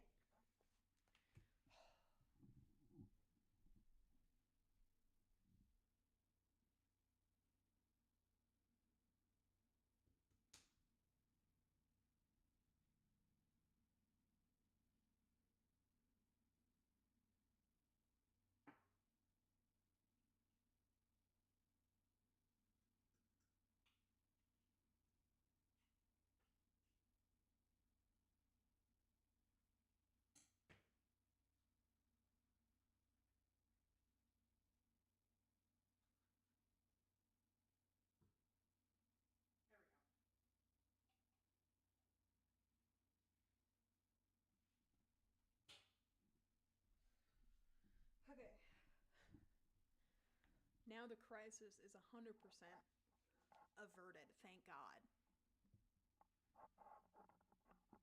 Also, if you hear a little like shh, shh, shh, shh, shh, like this,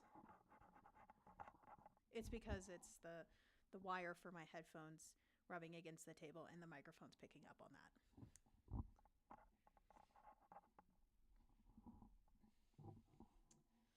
Ugh. Back to it.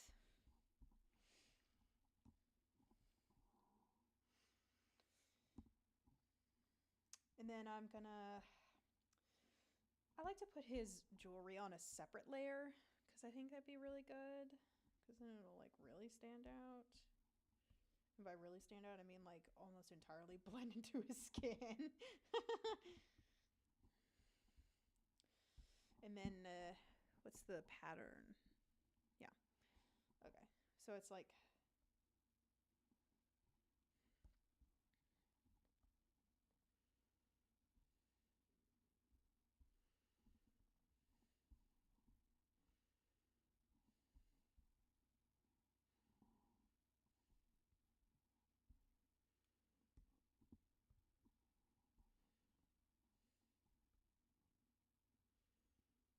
there we go.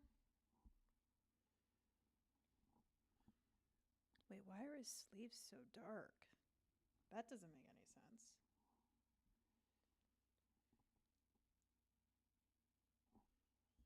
I'm gonna give a little gold on the sleeves. I think that'd be kind of cute. You can't really see the sleeves in this photo that I'm referencing, but I thought it'd be cute to have a little gold accent. Now my favorite part, rendering the skin. I don't know why it's my favorite, but it is. So, hooray! I guess I could probably... Nah. No, I want to do the fun part now. Oh no. Let's do this color. It's got a little flesh on the cheeks. A little bit on the ears. Oh, that's the watercolor one. No, that's what I want. That's what I want. Or is it? I don't think so. Maybe not. I think I'm just... I need to stop, like, gaslighting myself.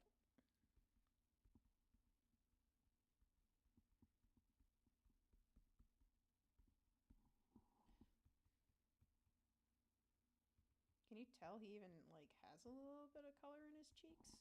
Is that it?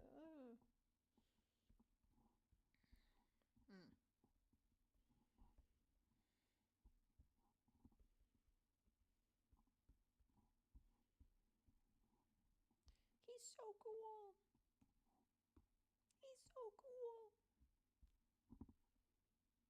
All right, I actually am gonna erase little bits and pieces just to kind of clean it up.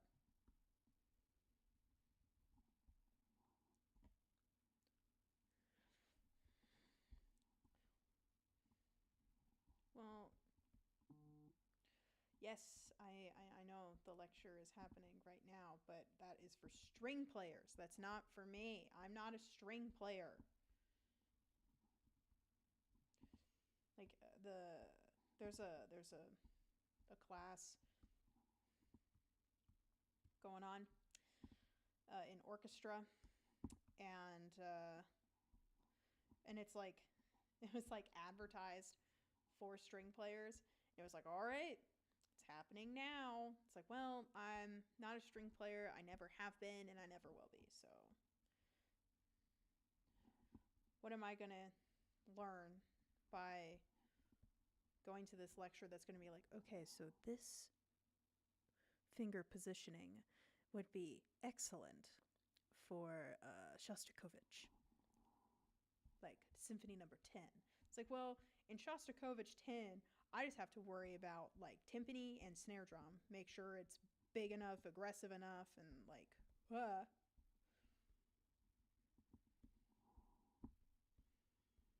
That's all I gotta worry about.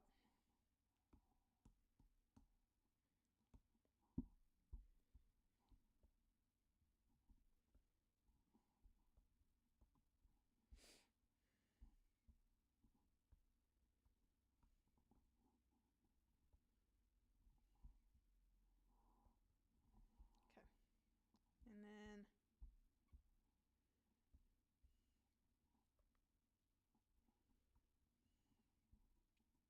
maybe I should have just zoomed in and like been more intentional with the details. Am I lazy? Please don't answer that. Oof.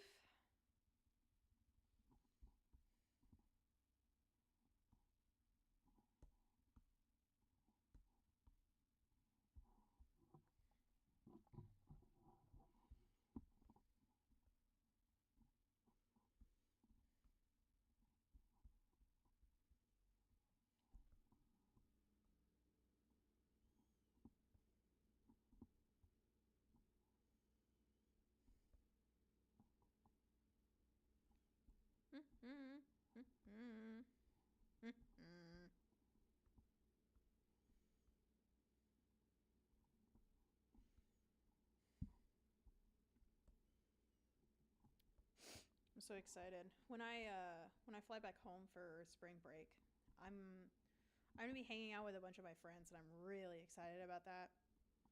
And I'm also gonna get to see my boyfriend, and um, having like a late anniversary date, which I'm really excited about because we've been together for a little over 2 years at this point, which is really exciting. It's the longest relationship I've ever been a part of. So I feel really good. Feel really good about that. But I'm excited to see my best friends. I've known them since I've like I've known both of them for God, how long? About 12 years, give or take. Um, so we were like best friends in like middle school, and like all three of us, we were really good friends. Um, and that's carried on into adulthood, and literally I can't imagine my life without them. They're literally my best friends ever. Even when they drive me crazy sometimes, I love them all. I love them both so much. Um, and I'm really excited to be that I'm going to be hanging out with them. We're going to be going to this. I don't know. I think we're going to be going to this one Irish pub that's in town, uh, so that we can have some beer and stuff like that. And that's going to be awesome. And hopefully we can. Hopefully after that we're gonna just hang out at their apartment because they share an apartment together. I'm the odd one out because I'm getting my master's degree, and I live 2,000 miles away from them. So, um, so I'm hoping that we can do some like crazy stuff. I'm really excited about that. Oh, there's been 3 viewers. Wow.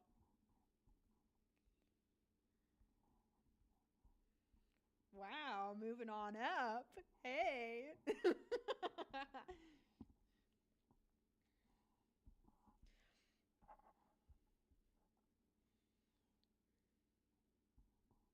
Let's see.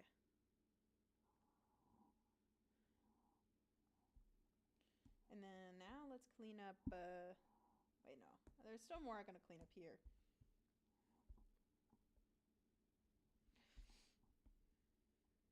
But yeah, it's gonna be a lot of fun. And there's a there's a sushi place my boyfriend and I like to frequent, and the sake they have there is so delicious. It's like I think it's a plum sake, so it's like it's really good. I like it because I'm like it has the smoothness of like white wine, but it's not as harsh as wine, you know? Like it's really delicious. And I was telling my parents as well. I was like, you guys got to go to this restaurant with me. So I might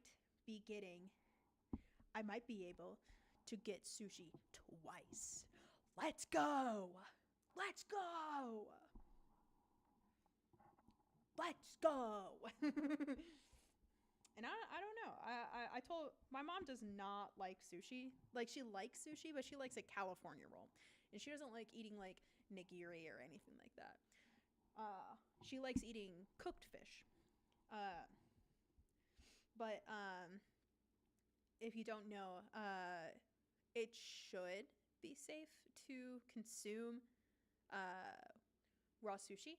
And the reason I say that, it should be, I have to preface, it should be. Um, and the reason I say it should be is because if it is prepared by a professional sushi artist, because sushi is an art, um, it will, the way they prepare the fish is by freezing it to get rid of any harmful bacteria before preparing it to serve. It's like a very, very long, dutiful process. So it should be safe to consume sushi, depending on where you get it and the reputation of the place that you're buying from. And this place, in shockingly, um, the largest city in this one state in the Midwest, has really good sushi. I've eaten their raw fish and I've eaten their cooked fish, and both of them are delicious. 10 out of 10. I'm gonna go back, and you can't stop me. I'm gonna go back. I'm going to, because I want sushi.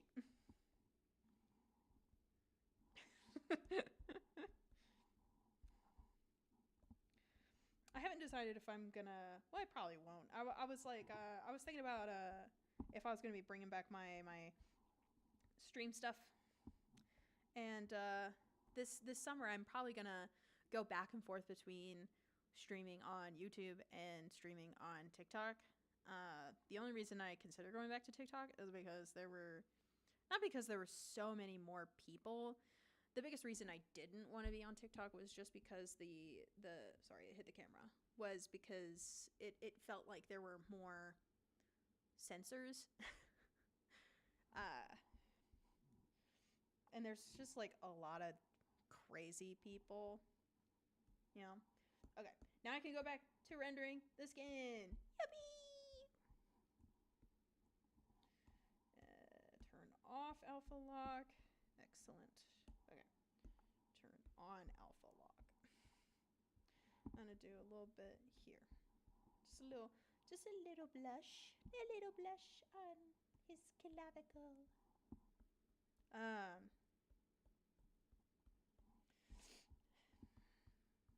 But yeah, I don't know. I haven't made any decisions yet.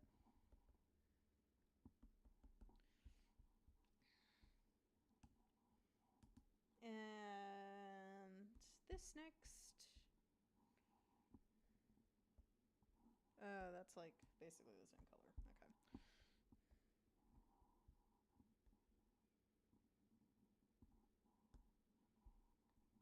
Here's what I'm going to do. I'm going to try something a little different. Okay. Let's try something a little different. Nostril. A little bit of that, right?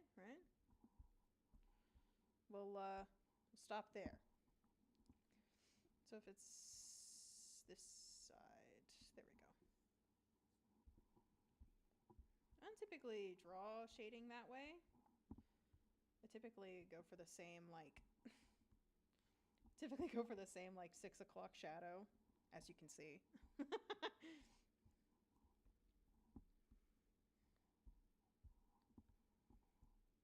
But yeah, you know.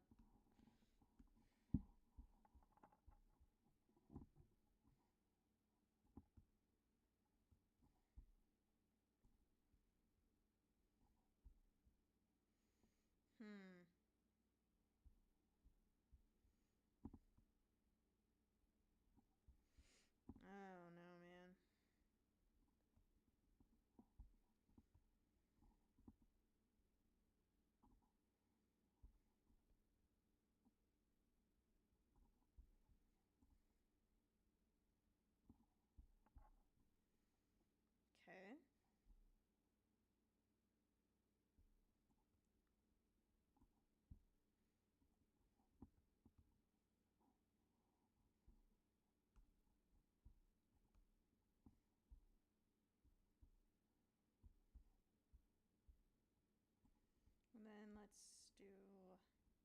here.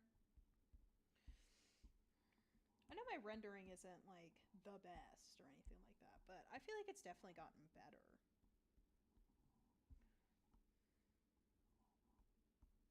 Over the past, like, well, 6 months for sure, but, you know, still.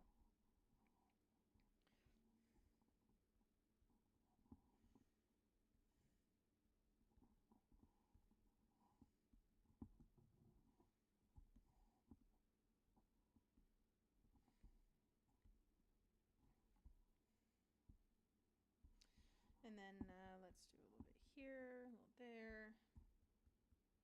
A little this guy here.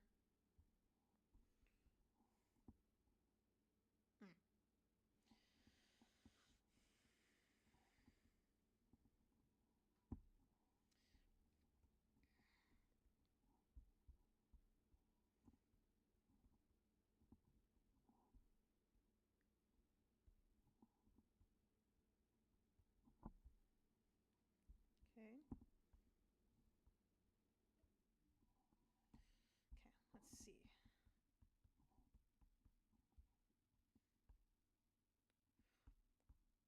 All right, let's pray. Let's pray that the rendering turns out okay.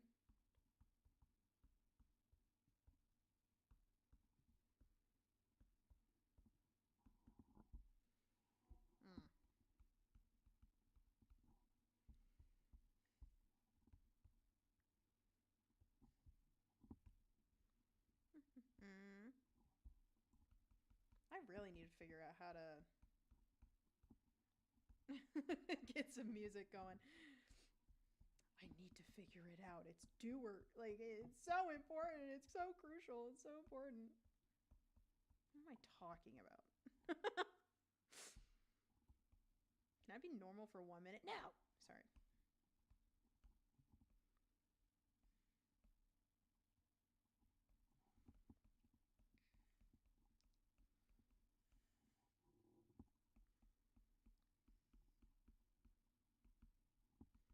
Inside you, there are 2 wolves.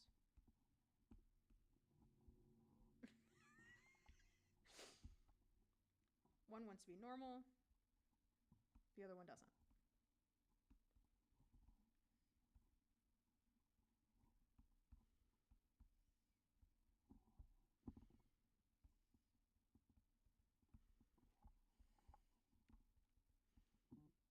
Oh, who messaged me?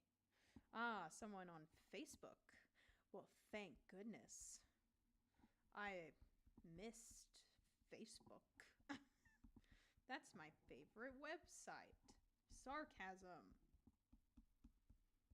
Can you tell I'm being sarcastic?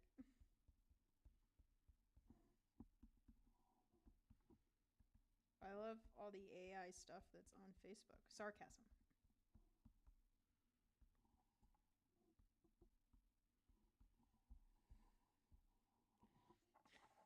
Inside you, there are 2 wolves. One of them is sarcastic, and the other one can't replicate sarcasm. That wasn't even funny. That's the funniest thing I said. That wasn't even funny.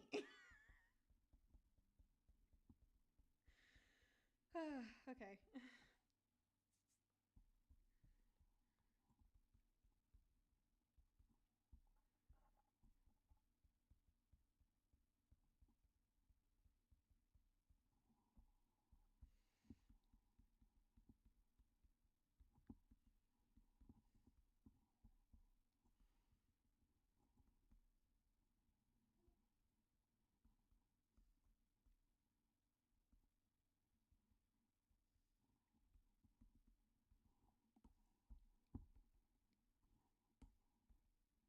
I feel like I need to... I can't tell if I'm getting better at rendering skin or if I'm just like slowly getting worse and worse. Is it possible to make backwards progress? Is that possible? Is that possible?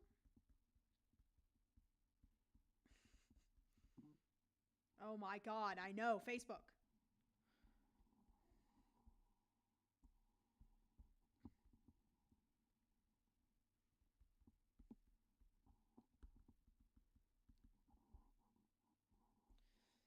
Ugh, I don't know, man. I don't know. I'm just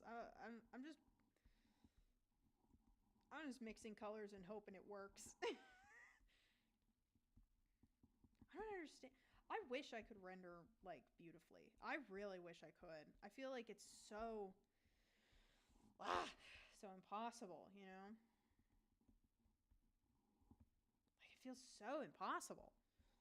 But it's like you don't know how to render properly until like you start rendering properly and then you're like, "I don't know, I just do it." Or unless you're an artist student and you literally studied how to make things look good, in which case, couldn't be me. And I don't mean that in like a mean, judgmental way. I mean that in a you're better than me, and I feel dumb. I feel dumb. Make my art look good. Make me feel less dumb, please. I'm gonna do this and then a highlight over here.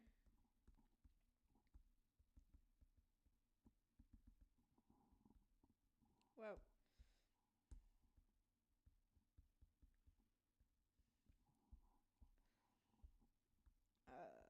I've never done this before with the little like ringlet around the mouth. I've never done that before, but I wanted to try something new because I was like, I feel like it's like I've seen a lot of artists do that. Oh no, not erase. I want to blend.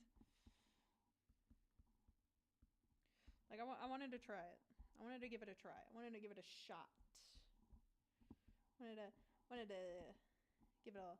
give it the old college try, even though I didn't get a degree in art.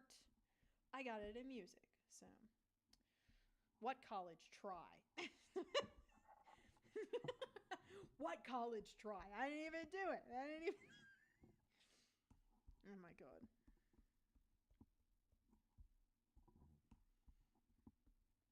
I didn't even do the college try the first try.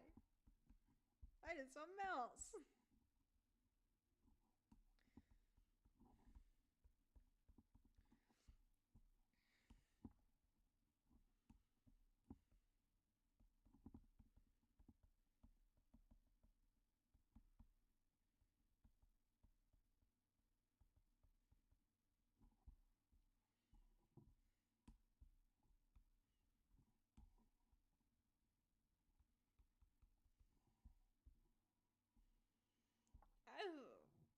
I don't know what that noise was. I don't know what that noise was. I'm so sorry.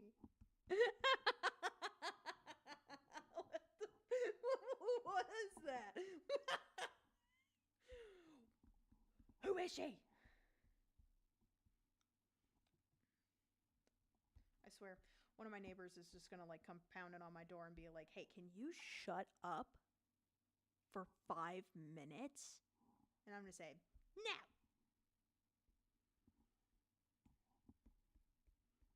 I can't do it. I've been trying to shut up all my life. Oh, my wife. No, I can't do it. It's impossible. Silence. Who is she? Never heard of her.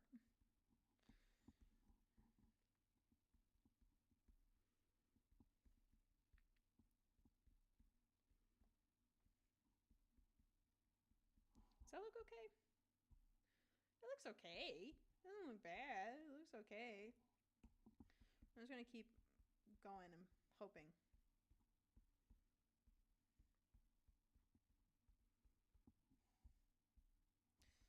Oh, maybe not there. Maybe not so much.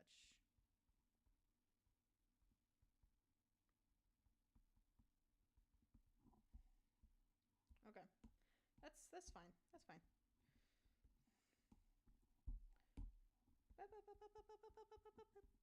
Sorry, trying to get that out of my system, I guess.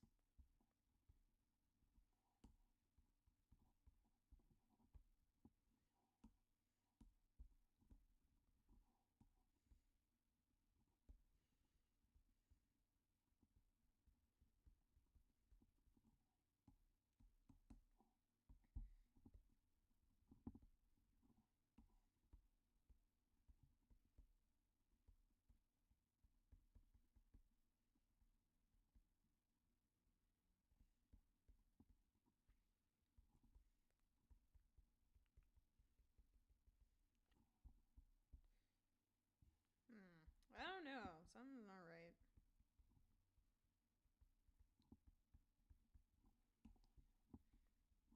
No, that's not the color.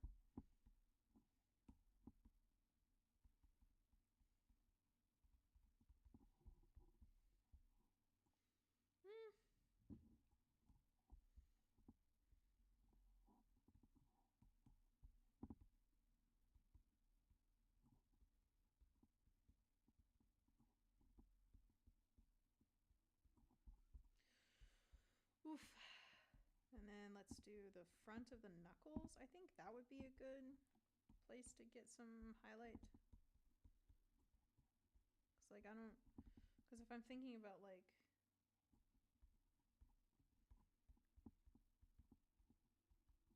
maybe more like that. Maybe it's gonna be more like that rather than like a curve around the knuckle.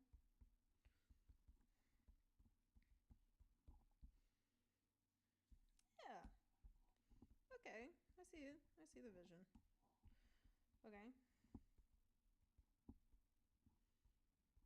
There we go.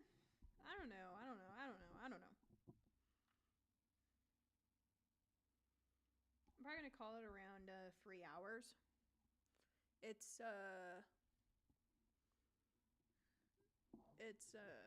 almost 3 o'clock for me, and I'm getting really, really hungry. I probably will get some. What's it? What's the word?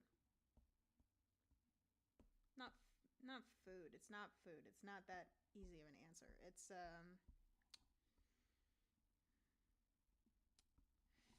little snack. I'm trying to think of like what I have to snack on. I don't really have anything to snack on. I don't know. Maybe I'll get like one piece of bacon. Get one singular piece of bacon.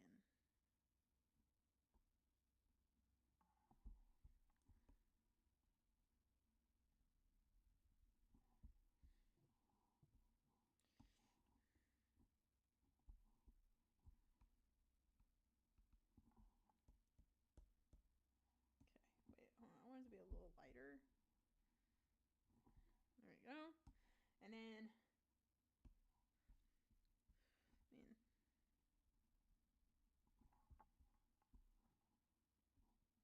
oh, he's so cute.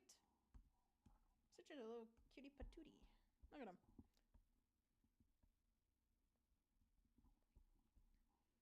There we go. Look at that.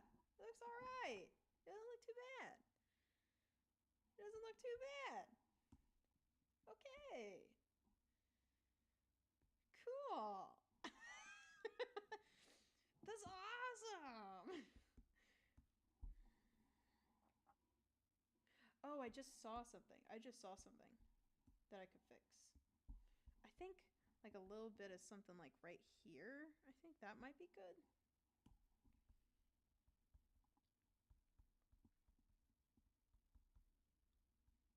Maybe I'm trying too hard.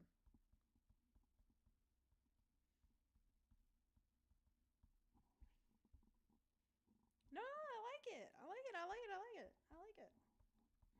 Doesn't look bad.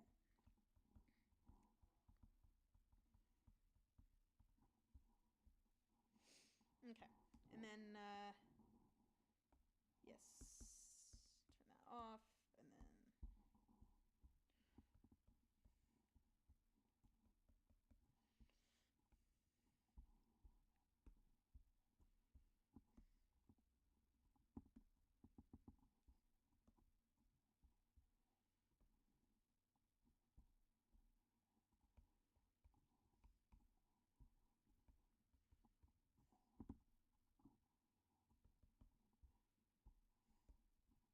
I like giving him big sideburns. I don't know why. Like, he kind of has sideburns in the show. Like, they don't really establish whether or not they're technically sideburns because they, like, just because of the style, you know. But it's like, they could be sideburns. They might not be. You don't know. and we'll never tell you. But you know, I like to think he has some sideburns going. I think it'd be cute. I think it'd be a cute little thing, you know.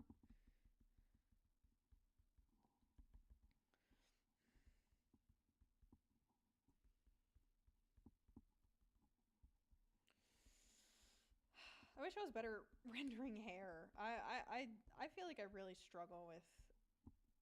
Well, I feel like I struggle with anything besides rendering skin. I don't know why specifically skin.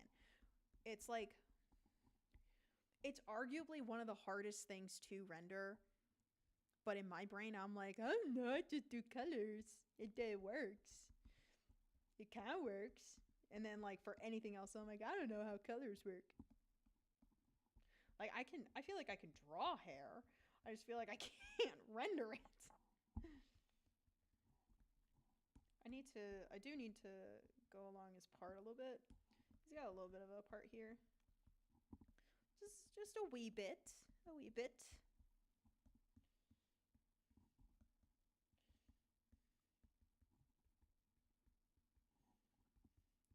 I need to go back to my roots of drawing Miguel O'Hara. I really need to get back to that. I drew one of him not too long ago. I just haven't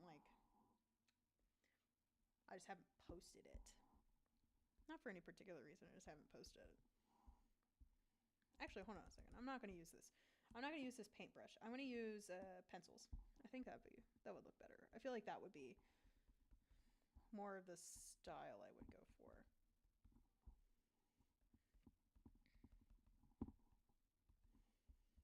Because, like, it shows off highlights, you know.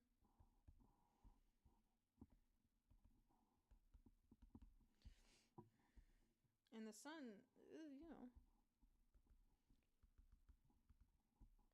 And then a little bit here.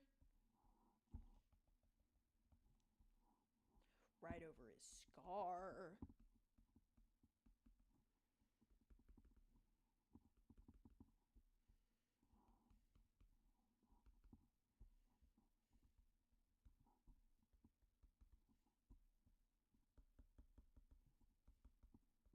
And then it'd be under if it's turning upwards. Okay. Then let's put a little bit over here.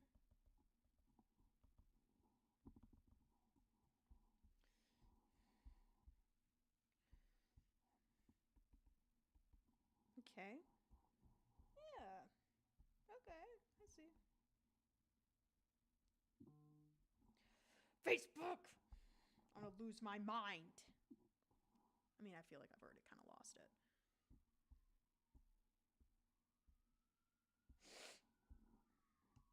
Normal? Who is she? I've never heard of her. Okay.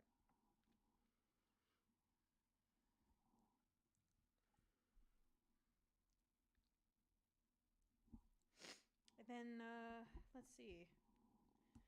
I guess I could do the earrings next. Because I do like rendering the earrings. I think that's a lot of fun.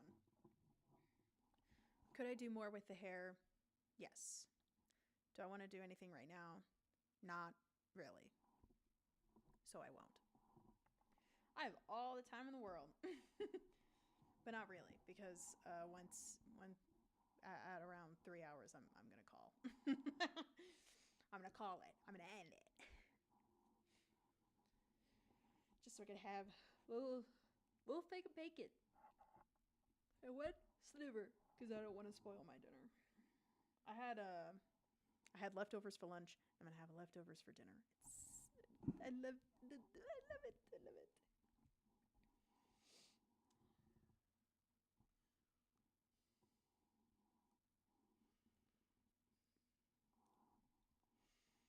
What was I doing? I was gonna render his earrings. That's right. Oh yeah, no, I don't want to use pencil for this. I want to use ink could be good. Try pen. What?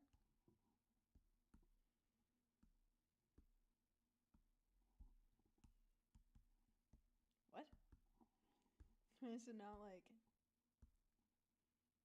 Okay, let's try. Oh, What? Oh, I'm on the wrong layer. Well, that would do it.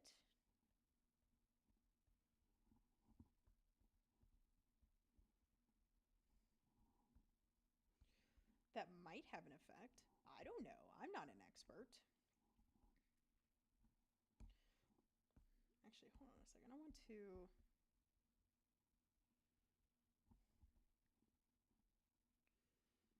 erase more just so you can actually see the earrings.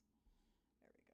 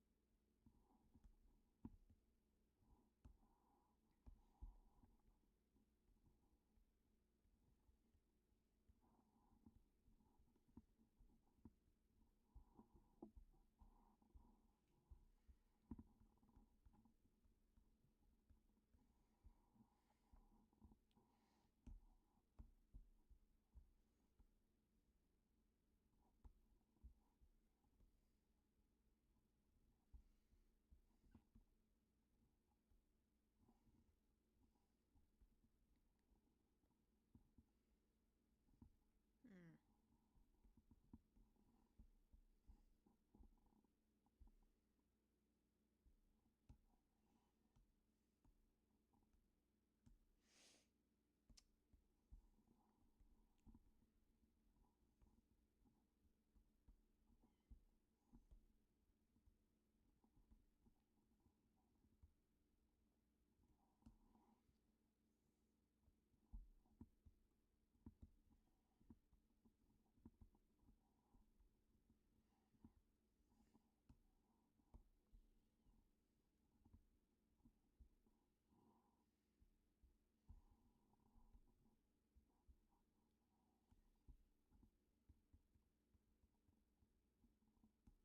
Right. I need the Baronia.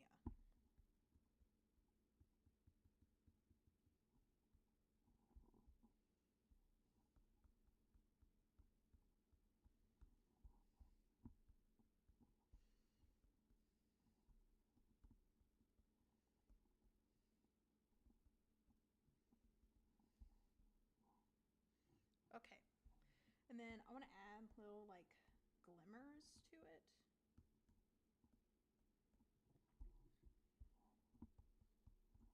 To make it like kind of shine a little bit more. Ah!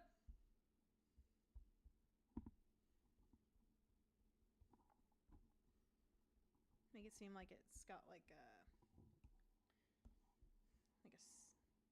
silken thread kind of aspect to it, you know?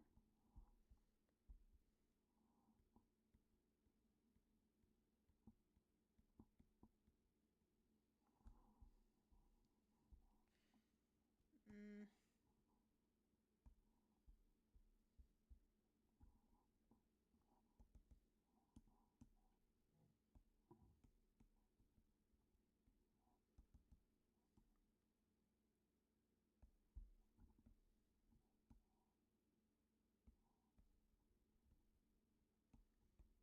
Ah! That's no good. Not what I wanted. Okay, and now let's try again. This time with go like do that. Yeah, looks a little better. And then I'll do it again down here. And I'll... Oh, I gotta do it like really slowly on curves. I always forget. I mean, I know I could just like... I know I could just lower the stabilization, but I don't really want to.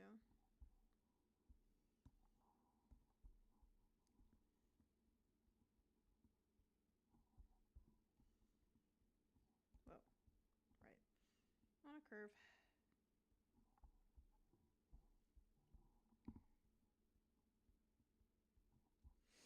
Okay, and then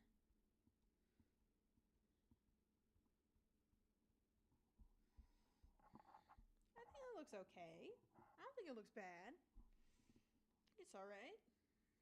You know? Oof.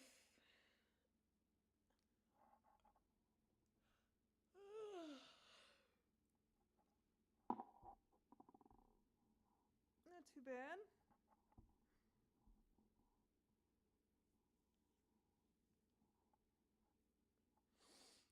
Whew.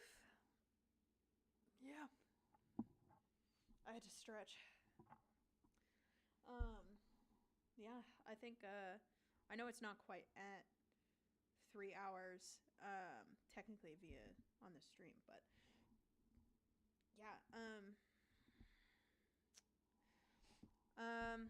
if you're watching this, thank you, thank you. I'm really happy you're here. Um, Zoom in a little bit more so you can actually see him. Um, yeah, I have a TikTok account under the same handle that my YouTube account is on, and I post a lot of art there. Um, yeah, if you were in the chat, thank you during the stream. Thank you so much. I'll be sure to make another post the next time I'm going to be streaming, so I hope I can see you guys there. Please be sure to take care of yourselves, drink lots of water, eat good food, do things that make you happy. And I really want to preface, not preface, but like I want to